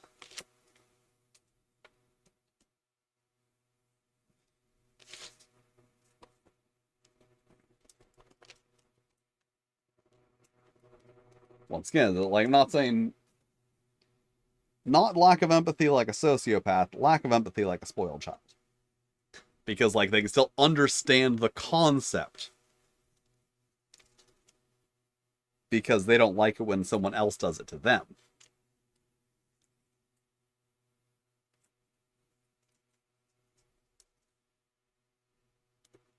All right. And this one needs to be... Oh, wait. What's the name of that? Okay. Needs to be given a return address label. Because the return address was misprinted. Because... because my printer is shit. Because it's a printer. I mean, I'm sure they make good printers, but, like, who owns one of those? Who owns a good printer? That's absurd.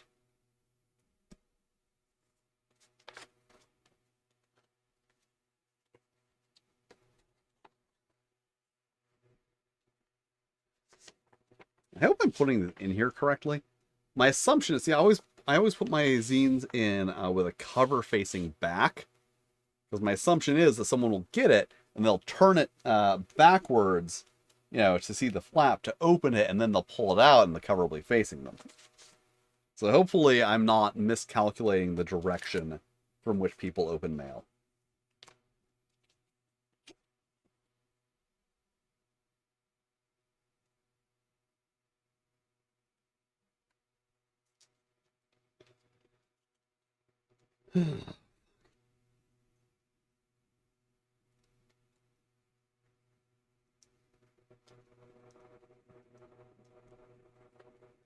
Do rich people own good printers?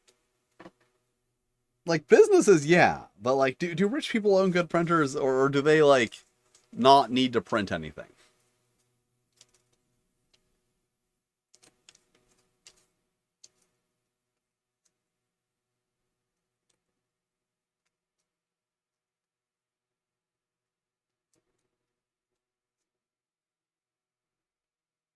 So 20, yeah, so that'd be 60, so I'm about halfway through this.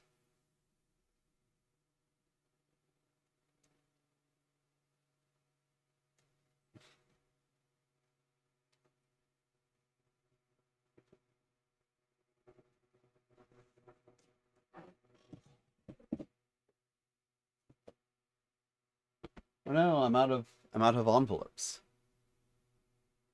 Wait a minute.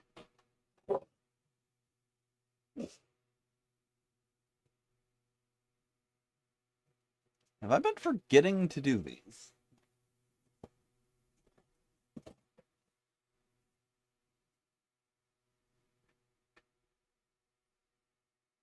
Okay, I did that one.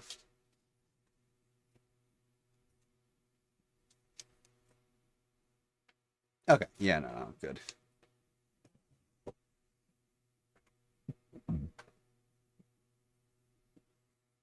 More envelopes.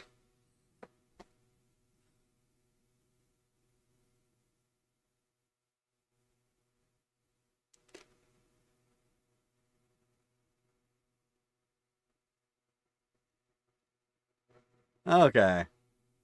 So they do have good printers. Yeah, printers.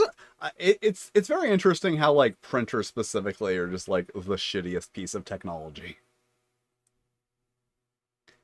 I admittedly only have I only have one at this point for printing envelopes. That is entirely why I own a printer.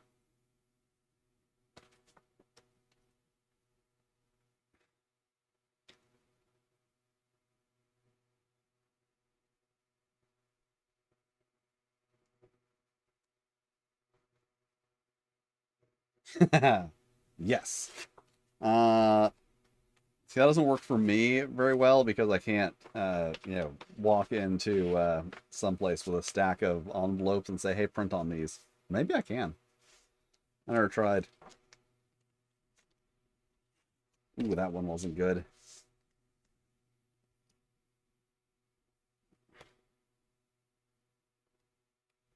Like, most of my Pixel Dungeon stuff, like most of my paper miniatures, I just got printed at Kinko's because I'm old and I call FedEx office, not FedEx office. Yeah, FedEx office. Kinko's.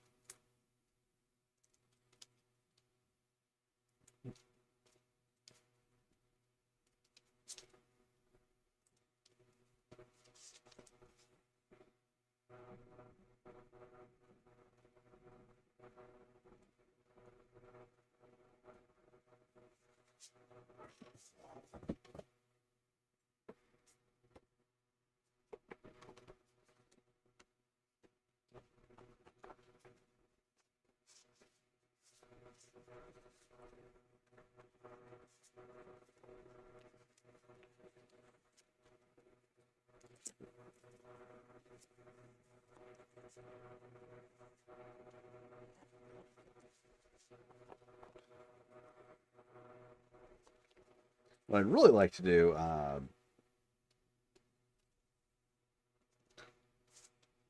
is just get a thermal label printer.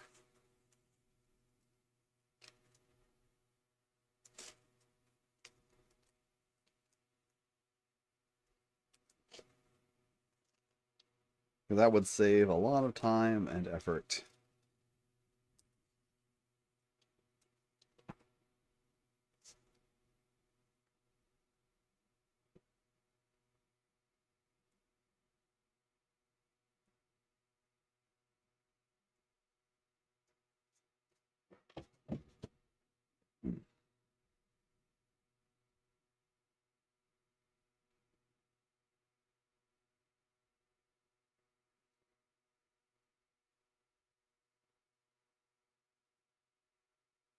Oh, you remember Blockbuster? I worked at Blockbuster. I was a manager at Blockbuster.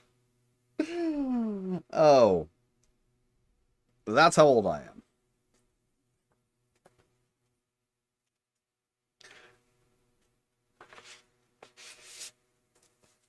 I am I am has been called over to authorize a check at Blockbuster Video years old.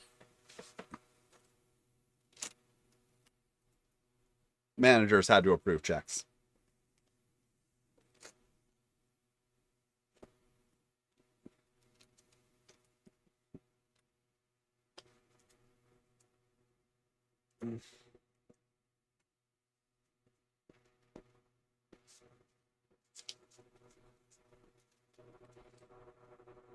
And refunds.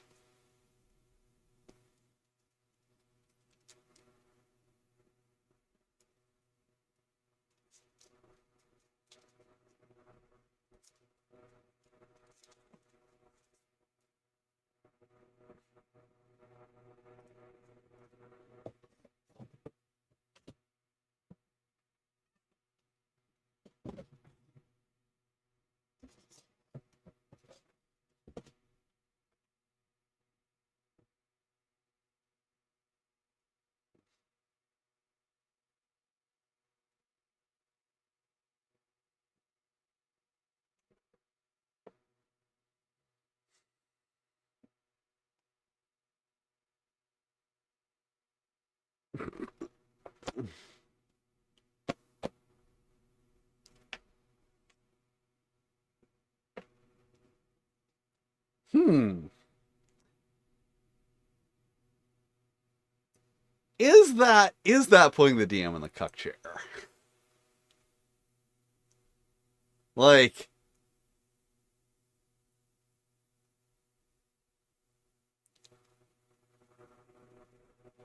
I'm not saying that you can't put the DM in the cuck chair. It's just like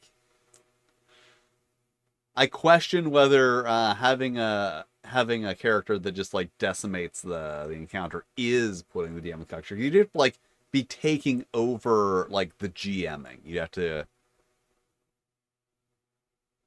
Okay. I got it. Why is this a thing I am thinking about and then trying to come up with a good version of? Okay, so when once again you got that newer, inexperienced DM, and then you have like the experienced rules lawyer player, and like when the DM like tries to make a ruling, they just like they get overruled by the rules lawyer player. That's putting the DM in the cuck chair. That's what that is.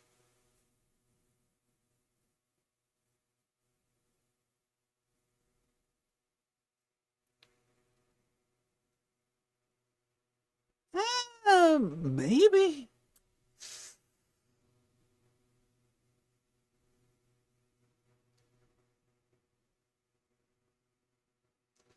like maybe it's just like from personal experience. I keep putting equating it more to like to a dom, because you are once again you are setting out the rules, but like rules that all the players have agreed to, but also sometimes the players uh go out of their way to ruin the experience.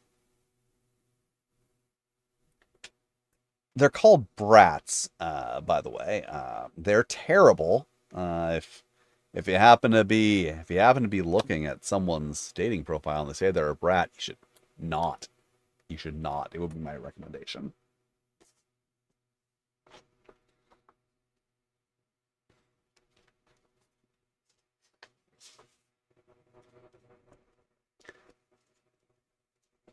But I feel like the difference is that the cuck is supposed to get humiliated. I think that's the thing, is that like the DM only gets humiliated when things go poorly. In an ideal situation, the cuck is humiliated.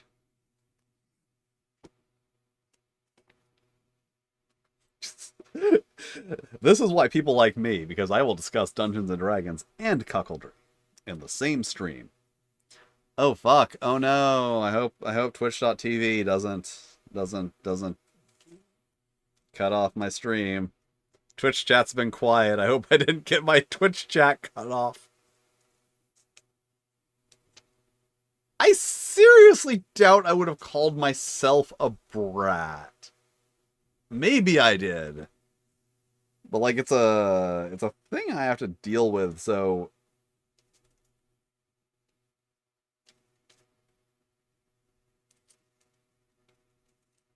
I might have called myself a sassy bitch, but like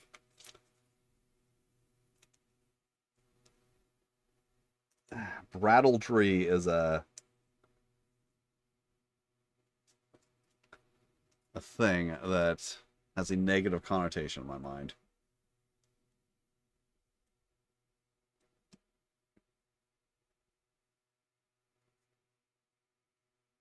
I mean, I'm not saying you can't be a bratty dom, just you shouldn't.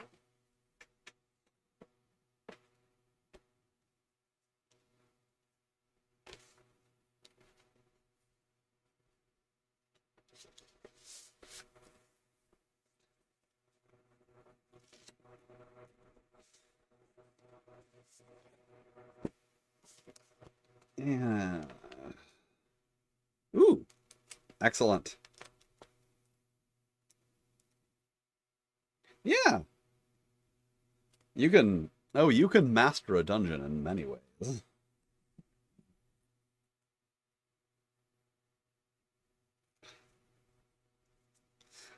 Actually, for the unfamiliar.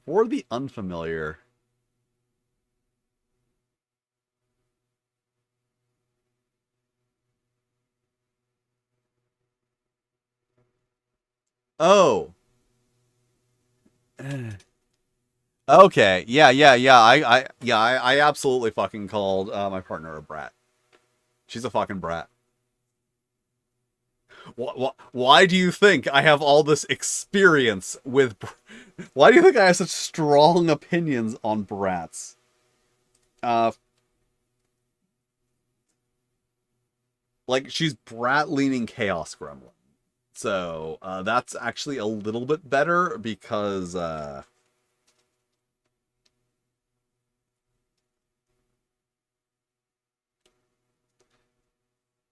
it's less directly oppositional. But yeah, it gets annoying sometimes. She's not a make me brat. I don't like make me brats.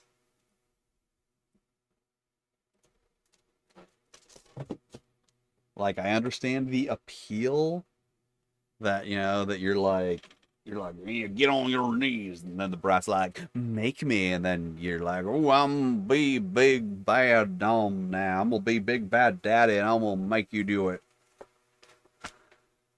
All right, that is all of the Professor of Goblin Studies and Goblin Academic copies that people have filled out their surveys for. I have someone filled out their survey today for Dinosaur Erotica. I think I need to like request special access from Kickstarter to get my backer report from that one because it's been over a year.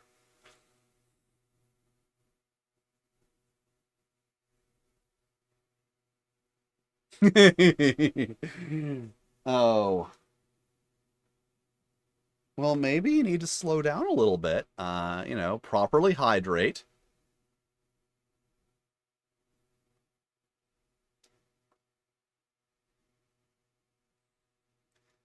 But yeah, like I said,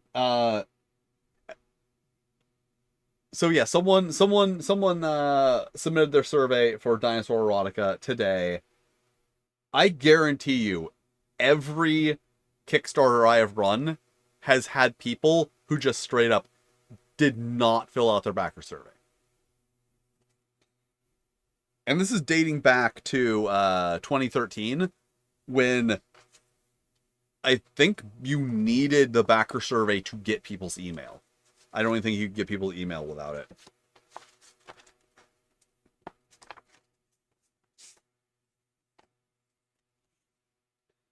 So there are people who just like never collected their awards, never contacted about it.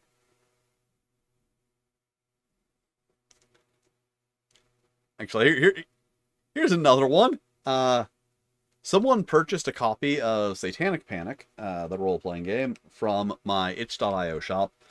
I think they actually gave me their address. Itch is really annoying in that they do not have the option to require someone to fill out the address form when they're purchasing a physical item. So I got their address. I sent them their book. It got sent back to me, wrong address or whatever. It says, return to sender, attempted, not known, unable to forward. You may notice that I still have it, because I emailed that person and said, hello, you purchased a thing from me. I attempted to send you the thing that you purchased from me, and it got sent back to me. Could you please verify your address so that I might resend you your thing? And they just never got back to me.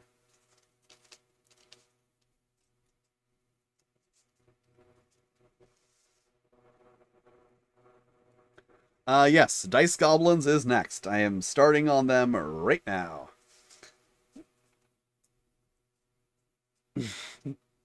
uh, by backer number. So if you are one of the first whatever number of backers. It doesn't matter because at worst it's just going to be like a couple days. It's going to take me to get all these done.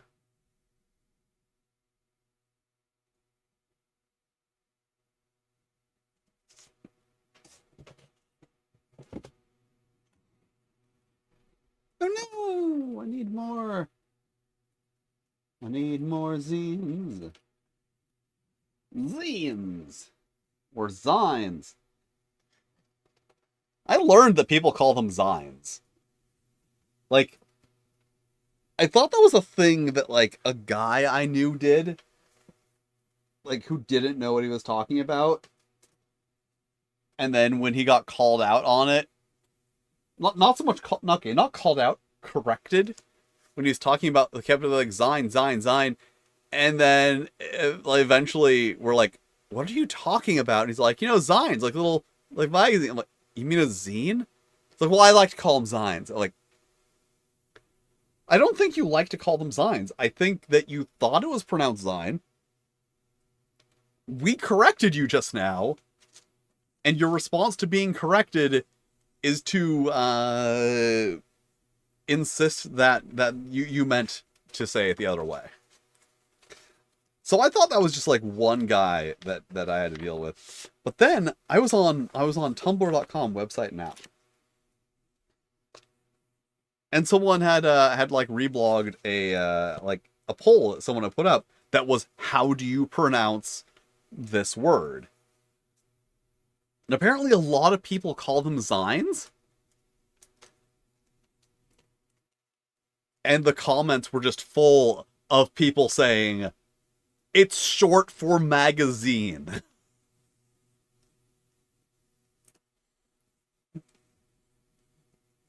But maybe young people don't know what magazines are.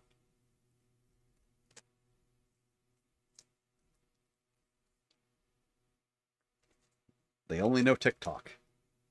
They only know TikTok and Skibbity Toilet. And the Bite of 87. And they know Mr. Plier.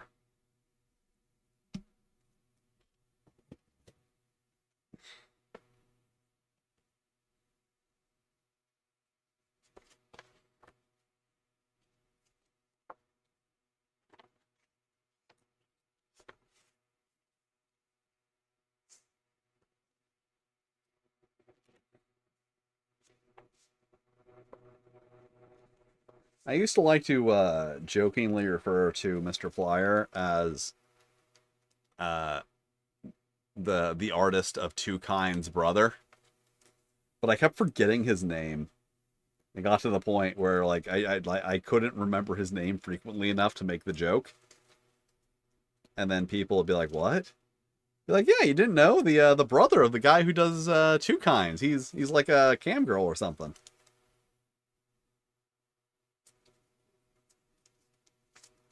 If this is the first time you're hearing this, Markiplier's brother is a incredibly popular furry artist.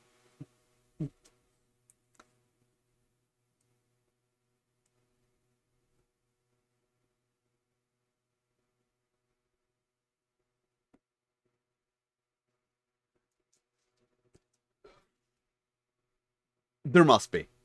Like, I'm see, I'm thinking about it. I'm like, would anyone on that side actually have the wherewithal to make a small self-published publication for that purpose?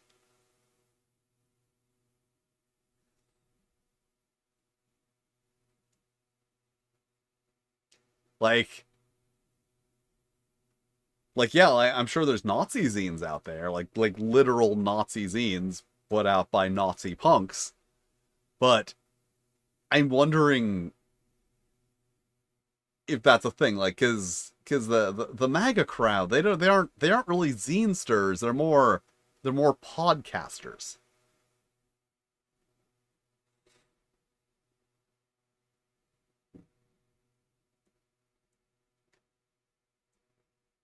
Also, I think like despite making one of the most popular anthropomorphic Catgirl comics ever. I think he insists he's not a furry.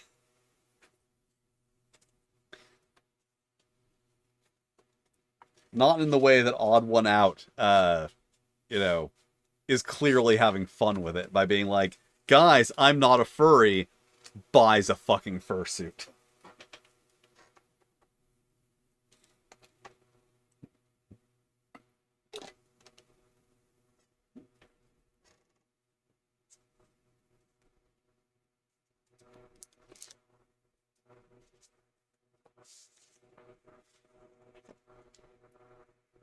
No one ever accuses me of being a furry. Because I'm just too fucking weird. Let's be honest. It would be weird if I wasn't into anthropomorphic animals. It makes sense.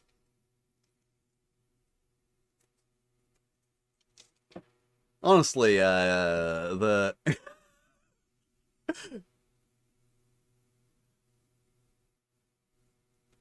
Well, like, my literal thing on it is this, is that I am not a furry because I am not a member of the furry community. Like, I do not interact with anyone in there. I don't go to cons. I don't, I don't go to Beta Ada Delota's live streams. I watch highlights from his live streams on YouTube.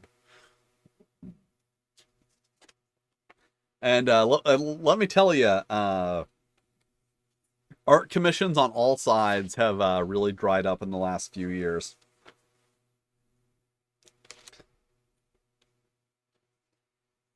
I've heard from popular artists that you also get people trying to talk you down. Okay.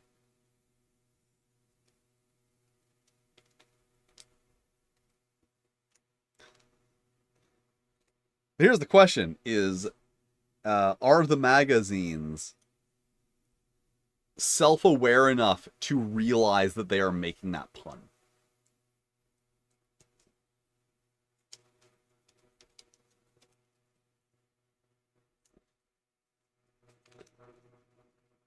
Yeah, a lot of people really need to get over like this whole "you furries" thing, because it's just silly. Especially TTRPG people, because it's like, ew, furries. Aren't you playing a cat person in like don't you spend every Saturday pretending to be a cat person in a magical fantasy world? Yeah, but it's totally different.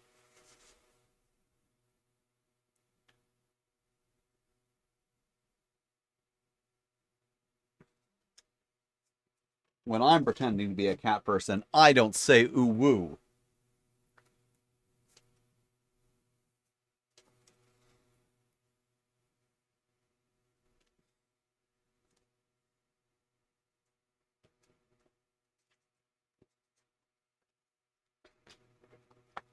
Because like, I don't remember which furry role playing game it was. One of the furry role playing games that I covered, because furry role playing games makes a lot of sense because you can be a cat or a dog or a fox instead of an elf or a dwarf or a hobbit. But like, someone just commented with a timestamp and elaborate. And eventually I got curiosity got the better of me. I'm like, okay, what are they asking me to elaborate? And it was me saying that the furry fandom and tabletop gaming community had a lot of similarities. And I'm like, dude, just get over it. There's a fucking lot of similarities between the two communities. One, sure do fucking love role-playing. Two, long zine history. Tabletop role-playing games have more, were largely distributed via zines in the early days. As you may, I must have said this. I must have said this in my every OD&D video and magazine. The Strategic Review and other like gaming newsletters at the time were called zines. Like They literally said, "Hey, send $10, send $5 for a copy of this zine." Like they fully use the term zine. Uh, but then I feel like a lot of people try to co-opt the term zine to be like, you know, it's a punk rock. No, no, everyone fucking made zines. Furries did zines. Tabletop gamers did zines. Early adapters of the internet, both those communities. Like I have found lots of. Okay, okay. I had 3 stamps left, and I'm like, what the fuck? And then I realized there's one more stuck under there, so. Because I shouldn't have 1 stamp left on a roll.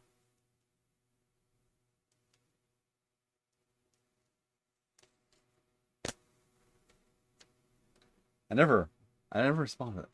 Like, I don't respond to comments from people who are like, being outwardly hostile or coming at me with like debate me energy. Like I don't need to elaborate on there being a similarity between these two fan communities. Oh yeah. So aside from like furries being some of the absolute oldest adapters of the internet, like the earliest internet communities, uh when I'm doing research on these games, I find a lot of like 90s websites that are like, oh, Matrix D6. Someone made an entire uh who does the D6 system? It's not Steve Jackson, it's whoever does the D6 system. But the D6 system, that is a thing that exists. Like a complete D6 conversion for the Matrix in like a fucking GeoCities website. Uh, Street Fighter storytelling game. One of the things I found when researching that was an old website someone had made. There was a conversion of Ranma 1/2 for Street Fighter storytelling game.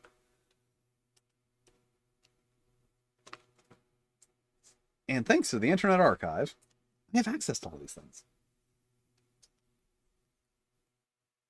But like furries and tabletop gamers are 2 of the oldest groups of people on the internet. In terms of like, I'm gonna pull out further and say content creators, people who were like, thank you, West End Games. Yeah, like, so not only did I just reference an obscure fan made Matrix D6 system, someone has seen it. Like, that is how extensive the early internet the tabletop game was. And as said, furries were the same. They were on the internet from the very beginning. What I really recommend the document if you're interested in the roots of the furry fandom. Sorry, I couldn't think of a pun. I was trying to think of a pun for the roots of the furry fandom, but like, The Fandom is a great documentary by. It's gonna shock you. By Ash Coyote. I believe Chip Wolf also worked on it. Because he is her partner or husband or something. I don't know.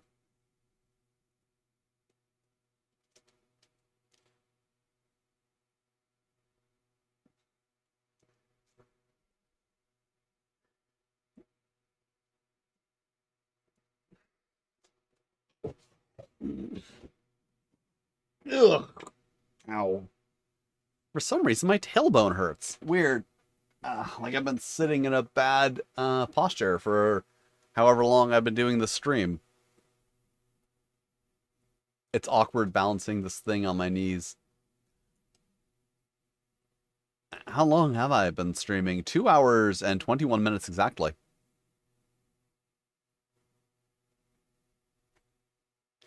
Yeah, tabletop gamers were like, hey, internet, cool. and they just started putting shit out on the internet. That's why in my never-ending quest, in my never-ending war on the OGL, as part of my never-ending war on the OGL, my goal is to destroy the legacy of the OGL. I want history to remember it disfondly. Because a lot of people like to credit the OGL for the indie publishing boom of the early 2000s. Because it's like, oh yeah, they let all these publishers publish for Dungeons and Dragons, and that, you know, really bolstered the community. It's like, okay, no, it killed innovation. It killed people who would have made an interesting game. Just made mutants and masterminds instead.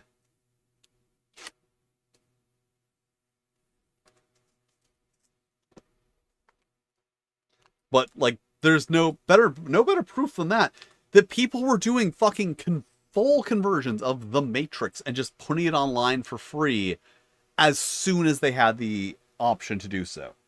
People had been homebrewing, making their own systems, making their own conversions, you know, for the entire time. The only thing that led to an indie publishing boom in tabletop gaming was that suddenly you could go to GeoCities or Angel Fire or GeoCities, like Yahoo site. No, Yahoo's is GeoCity. There's other ones.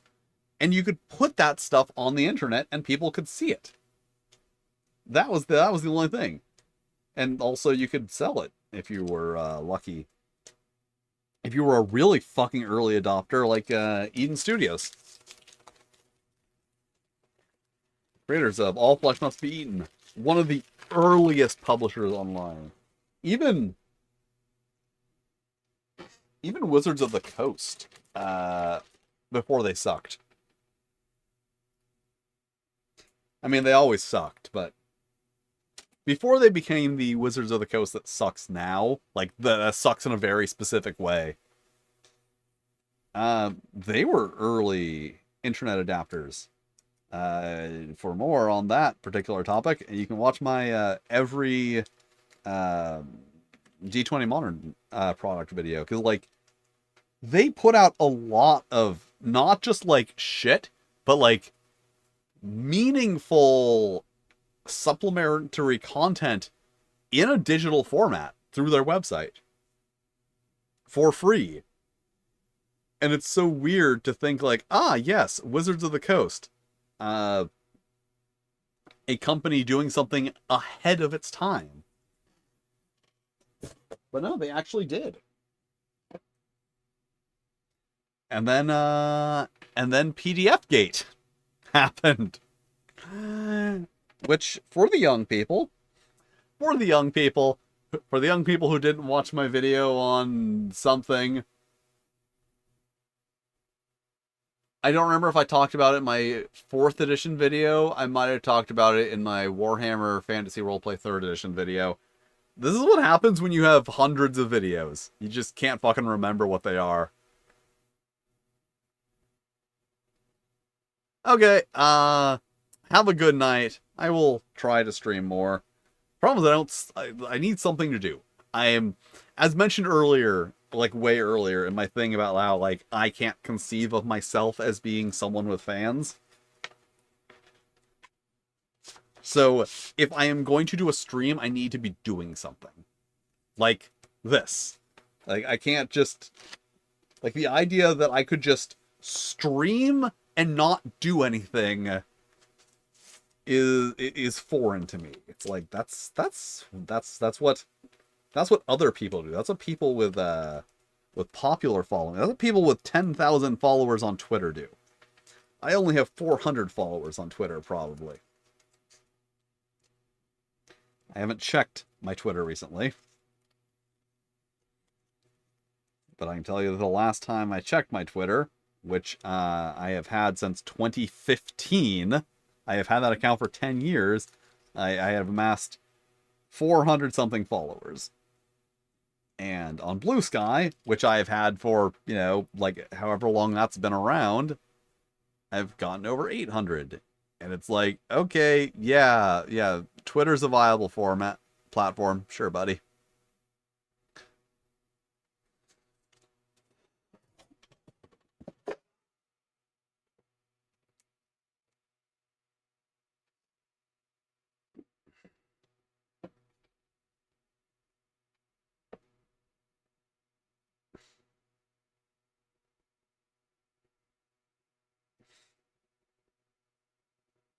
I mean, it's still there. Uh, like people who were already popular on Twitter are still using it. So like internet celebrities who got famous from Twitter, most of them are still on Twitter. A lot of them will like signed up for Blue Sky, but then like posted once or twice, and then they went like, "Well, I have 25,000 followers on Twitter. Why should I have to go to a new platform?" Some people I support. I forget her name. But Communist Barbie. Like people who are actually making, like people on the left who are making money farming hate comments from people on the right. I kind of support them still being on Twitter. And, you know, having Twitter Premium because that's how you get monetization. Because I've literally seen them be that, like, yeah, people are sending me rape threats every day, so I figured I might as well get paid for it.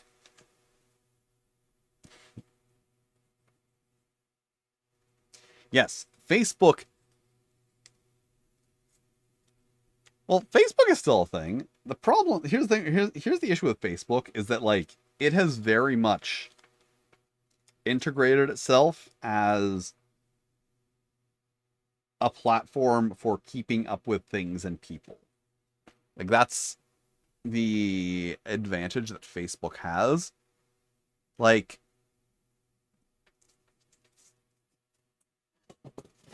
I have a friend who has a big Halloween party every year. If I want information on that Halloween party, the only place I can get it is through a Facebook group. I am in a like group with a bunch of fellow artists, comic artists, and like a lot of the communication in that group happens through a Facebook group. If I need to like send a message to someone I went to high school with for some reason, guess where I can find them? Facebook. So that's the weird thing about Facebook is that so many people are like, "Oh, I don't use Facebook." Like, yeah, I would like to not use Facebook, but I have to maintain a Facebook account in order to interact with event. Oh no, there's another one. Another friend of mine does burlesque shows. And like, if I want information on those events, they're on Facebook. And that's the thing is like, for like regular events, there's other websites for specific events, but just for like general events, Facebook is a thing. And there like isn't really an alternative for that.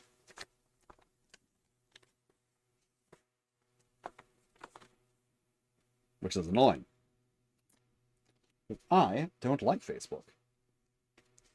But if I wanted to know when the next not acceptable live is, I would have to go on Facebook to find out.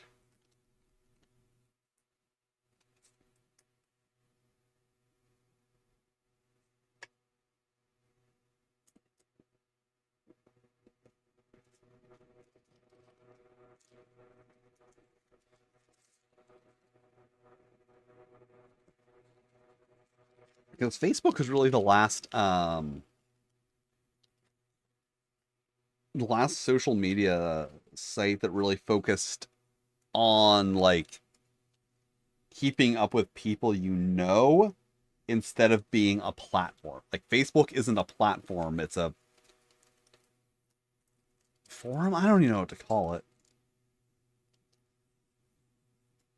Like you can't become famous on Facebook. Like they have a monetization system in place. Because I've heard YouTubers complain that people are stealing their shorts and reposting them on Facebook to make money. But like compared to like Instagram, you don't use Facebook to get famous. You use Instagram to get famous. You can't build an audience on Facebook. I don't even know how you would do that. I don't even know. I do not know how you would find content on Facebook. I genuinely do not know. If I was looking for, I don't know, a new dark wave band. If I was like, oh, I really would like to expand my collection of dark wave music. I would really like to listen to some more dark wave bands. I know where I could go on Twitter, Blue Sky, Instagram, YouTube. I would know how to go onto those platforms and find new content not from people I'm following. But I have absolutely no idea how you would find that on Facebook, or if you were a content creator, how you would propagate that content on Facebook. Because as far as I can tell, you log into Facebook and it just shows you a bunch of promoted content from brands. And you have to like dig through that menu on the right to find your actual feed of people you follow. And this person may or may not have changed their address.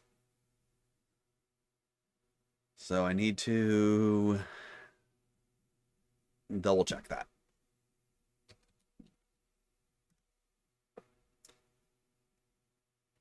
Yes, Kickstarter will only tell you the day that someone changed their address. So I put out a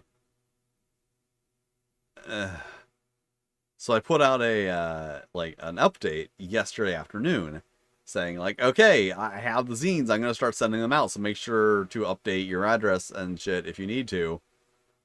And then I started printing out the envelopes yesterday evening. So all I know is that like 4 people have updated their address, but I don't know if they updated like yesterday, but I don't know if they updated it before or after I printed out all of the envelopes. That was a weird way to pronounce envelope. I'm going to keep calling it envelopes.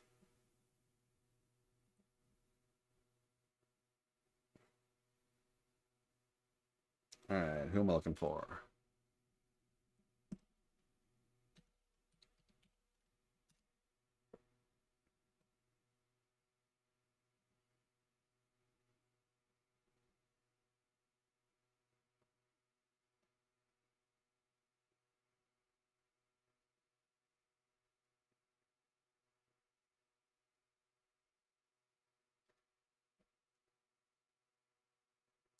Alright, yes, I do need to update the address on that one.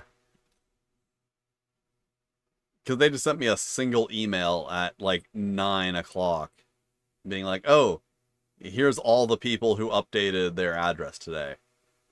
And I can't like find anywhere that will just give me the information that people updated their address.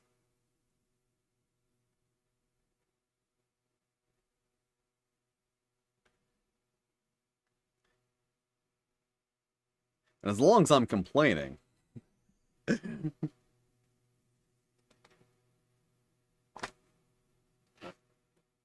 that all? Yeah, it was. Kickstarter provides you 2 numbers for all your rewards.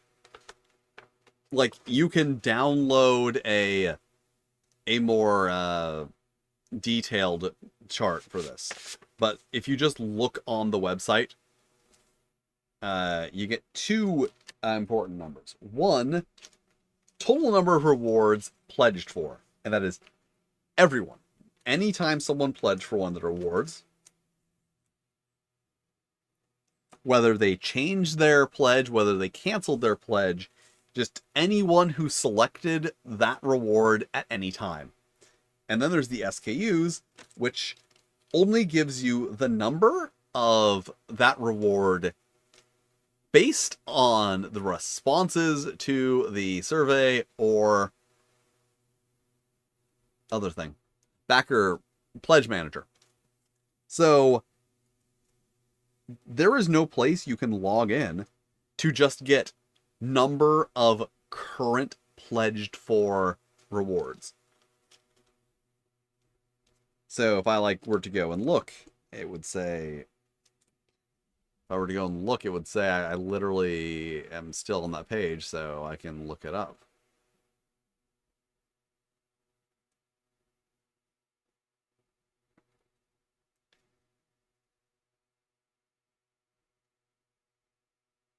Yeah, so it would say that I have to send out 185 print zines and 12 signed and numbered zines. Those are the reward items.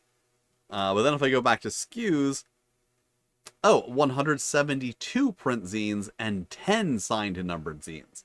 Now, if you were here earlier in the stream, you might remember there were 11 signed and numbered zines because one person who had a signed and numbered zine has not responded to the survey.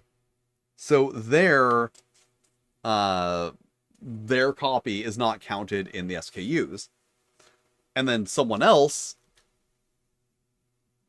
signed up at that tier and then canceled, or their the pledge just didn't go through or something.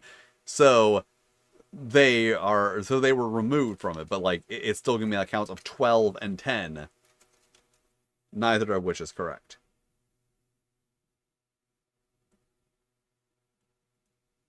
Also, they won't give you tax documents unless you bring in, I think it's $10,000 a year.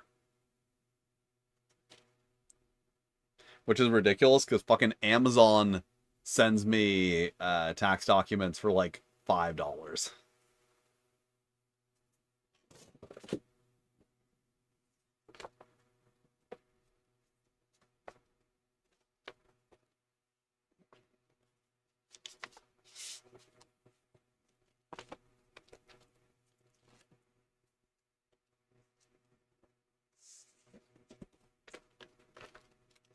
Alright, that is my second sheet of 10-cent stamps.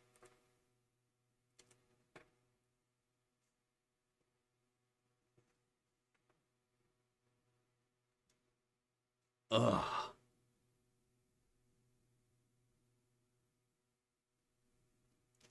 So many stamps. Also keep in mind as I'm going through all these stamps, these are 78 cents each, and I've already gone through a roll of 100.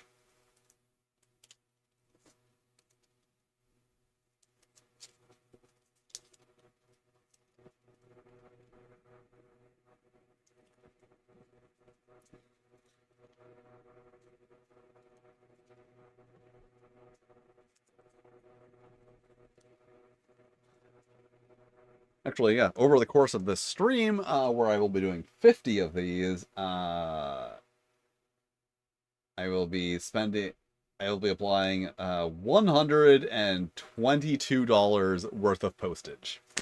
I will go through in this stream.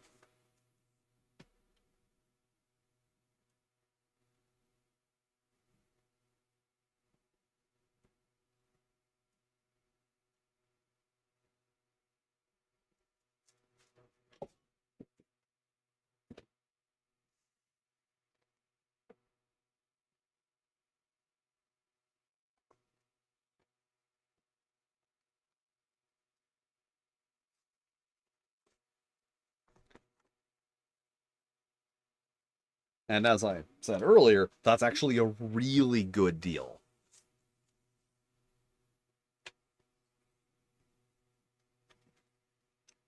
So I had to send these out through UPS or something, it would cost me twice as much.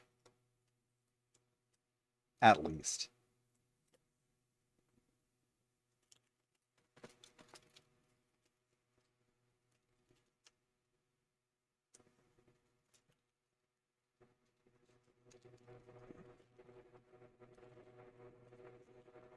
Two. Getting close. Getting close to being done with these 50 of like 200.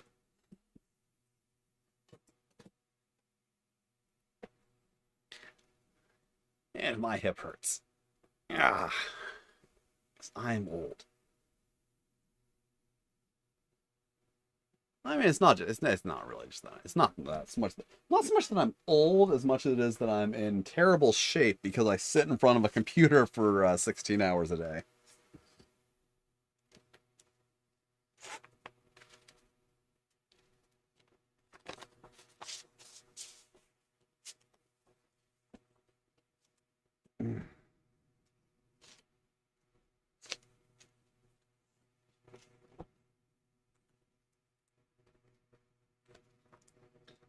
And boop. And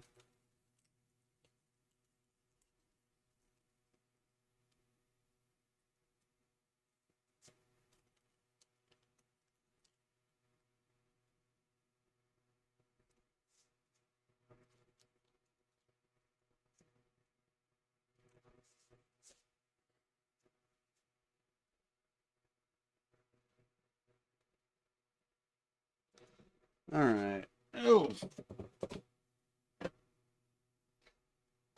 Worst part is this. I don't have a car, so I have to put all 50 of these. This is really heavy, in a backpack and walk to the post office.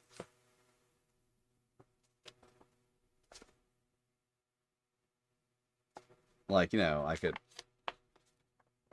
take a bus or an Uber or something, but the fact is that the post office is within walking distance. So it would be silly not to just walk. Whether or not I'm carrying an indeterminate amount of paper goods.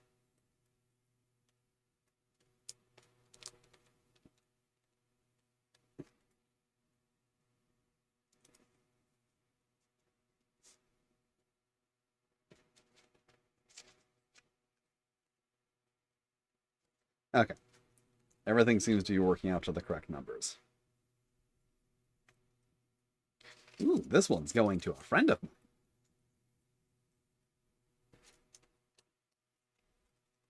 The fun thing that happens when you're fulfilling Kickstarter orders is sometimes you're like, oh, that's my friend.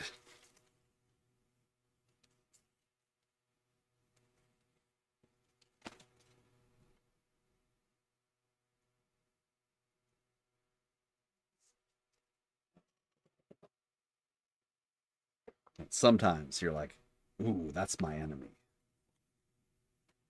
Why would my enemy back my Kickstarter? I don't know. I put that one in backwards. Out of spite.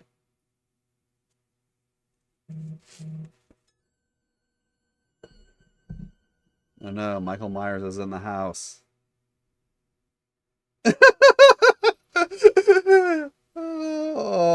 Oh, God. Oh, that is. Okay, so, no, I was asked a question, by someone, but I was gonna ask chat. It's a bit of a saucy question. And I was like, well, you have no idea who I'm talking to, so it's not like I'm violating their privacy by asking you, like, regarding the thing is it, but it's probably too saucy.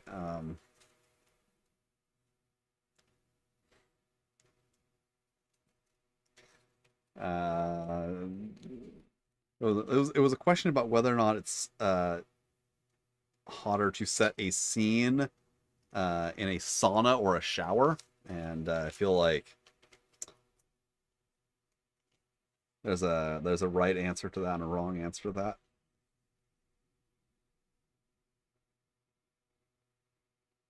Shower sex is not good. Like, they make it look cool in the movies, but it's a big old thumbs down.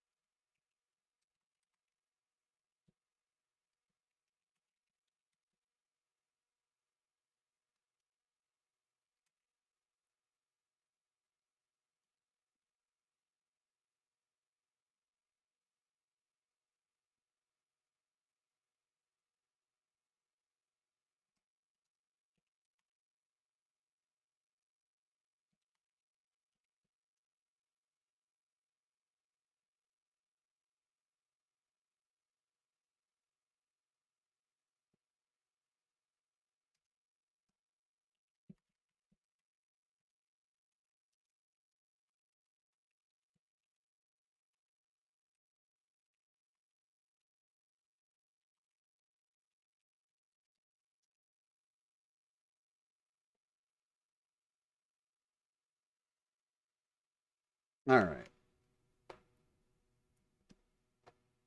Whoop, whoop, boom. Blue skidoo, you can too.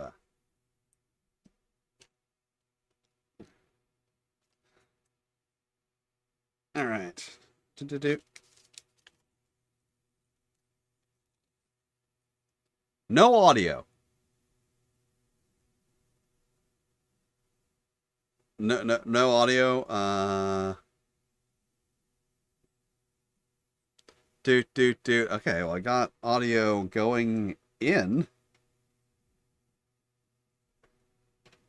And we are on. No audio. I've got audio going in, and I've got audio coming out on YouTube. Okay.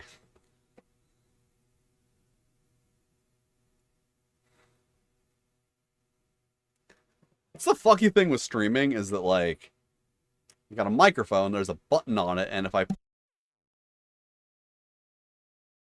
push the button again, it turns the audio back on. So my microphone can be off. And then my microphone goes into my computer, and my computer has separate settings for the audio. And then it goes from there into OBS, and OBS has different settings for the audio. And then it goes to YouTube, and then YouTube has different settings for the audio.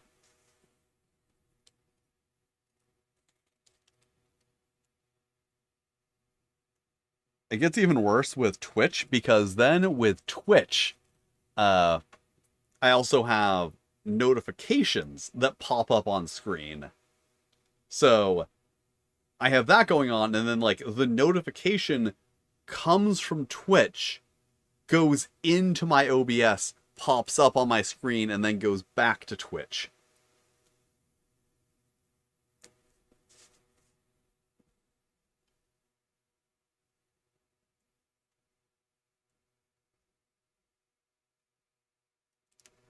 Like, I'll be fucking honest with you, the fact that anything on the internet works at all is just amazing.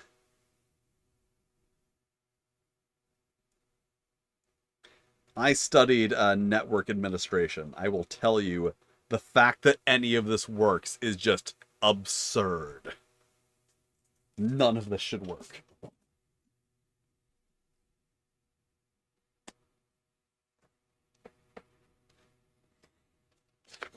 So I feel like, specifically networking, like computers in general, but specifically computer networking, is one of those things that the more you know about it, the more amazing it is that it works.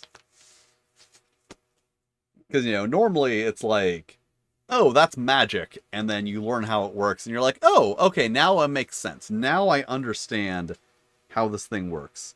The fucking computer networking, the fact that any piece of information ever gets from point A to point B is astounding.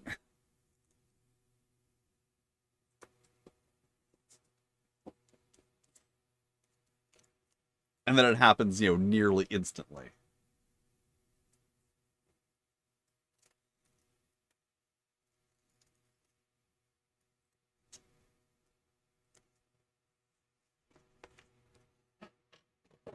Oh, man. I'm not looking forward to carrying that.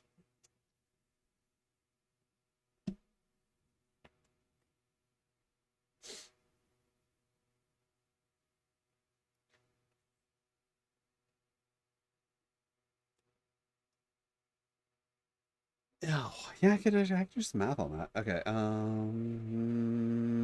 oh, I need more copies. I need more copies of mein zine. Hmm.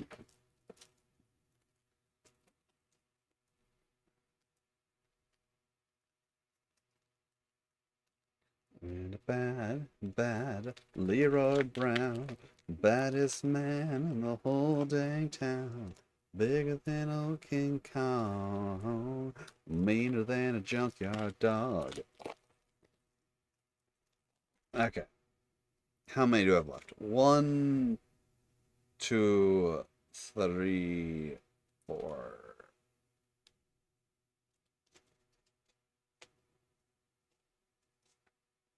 1, 2, 3, 4. Why do I have 5 names there? Okay, because I did not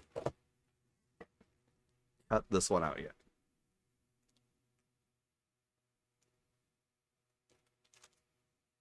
Two, three, four.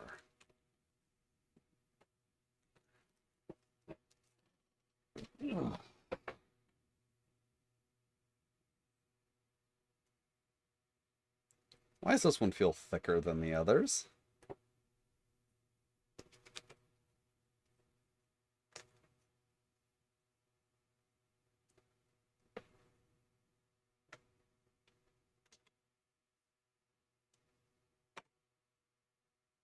.42.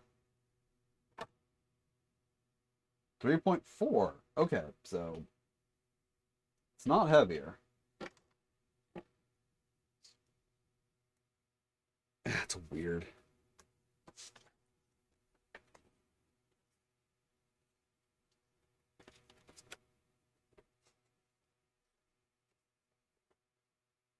Off.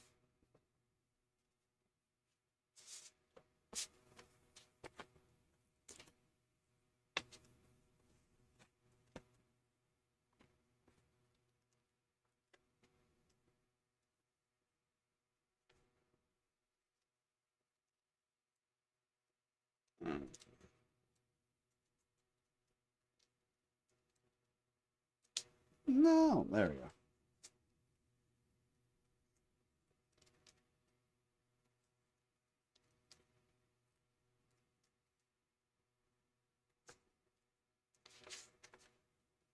That was a really crooked, but it doesn't matter.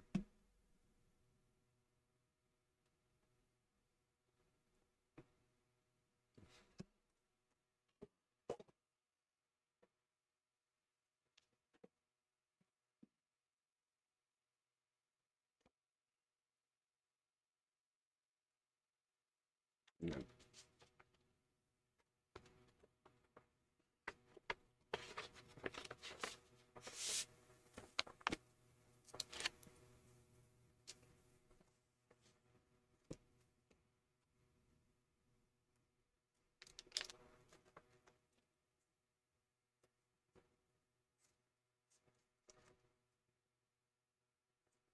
That is it. It's almost 6.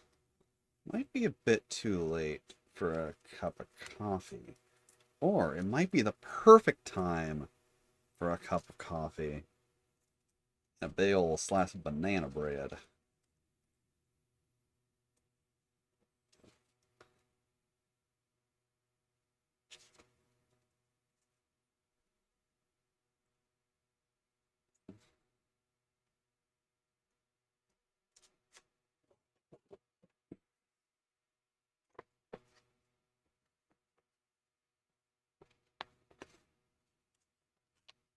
Nope.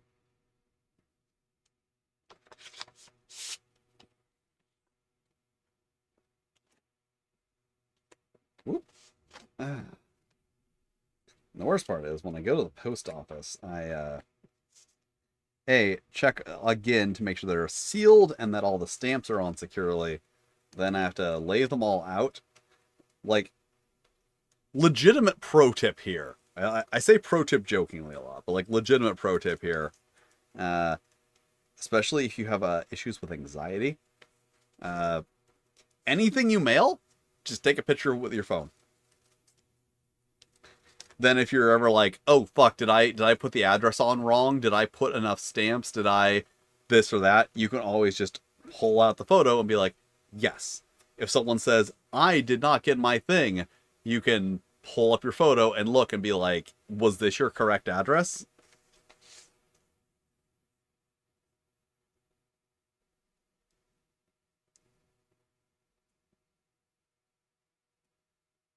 All right.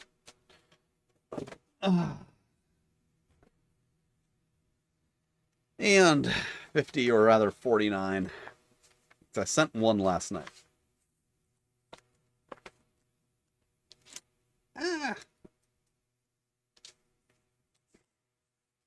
Additional pro tip. never get envelopes that don't have the thing you can pull off.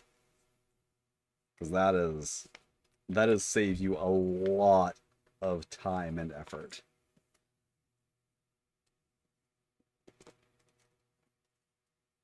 All right. 1, 2, 3. 3. That's how many looks it takes to get to the center of a Tootsie Roll Pop. And stamps go back in this bag. And then I weigh this. It weighs 3.74 ounces.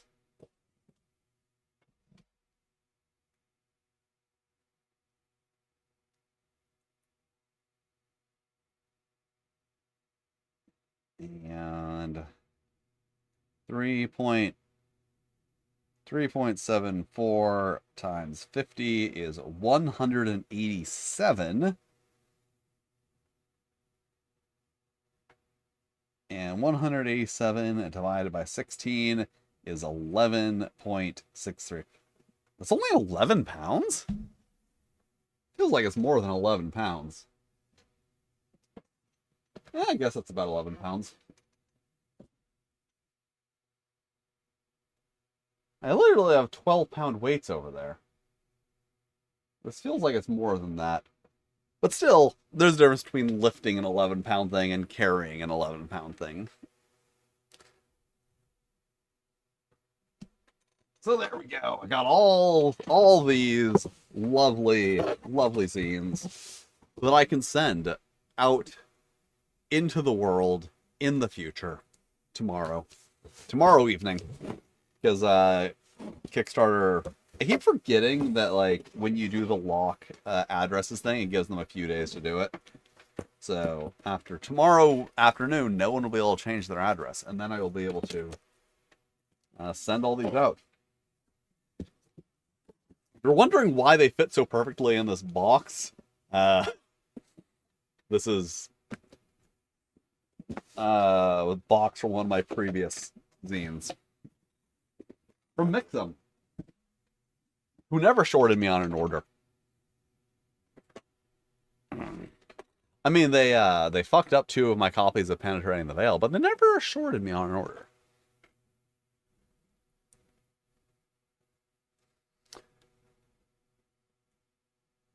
All right. And, yeah, I think I'm going to call the stream there, because I got that done, and honestly, my legs and tailbone are hurting a lot. So I want to get up and walk around, and then I'm probably going to have dinner. And then I'm going to, who knows what I'm going to do for the rest of the night. I might play Street Fighter. I might play... I probably won't play Dead by Daylight. It's not been fun lately. Alright, anyway, point is, thank you for joining me here on the internet while I put envelopes around books. Books in envelopes would have been the proper way to say that, but I started saying envelopes first. So, envelopes around books. Maybe I'll do it again, because I have another fucking 150-ish of these to send out. So yeah, thank you for joining me, and I will see you at some juncture in the future that may occur. I am not stalling. What would I even be stalling about? I am a professional streamer. I have everything ready to go. So yeah, I will see you next time, and see ya. I missed the button. I tried to click on the button, and I missed it.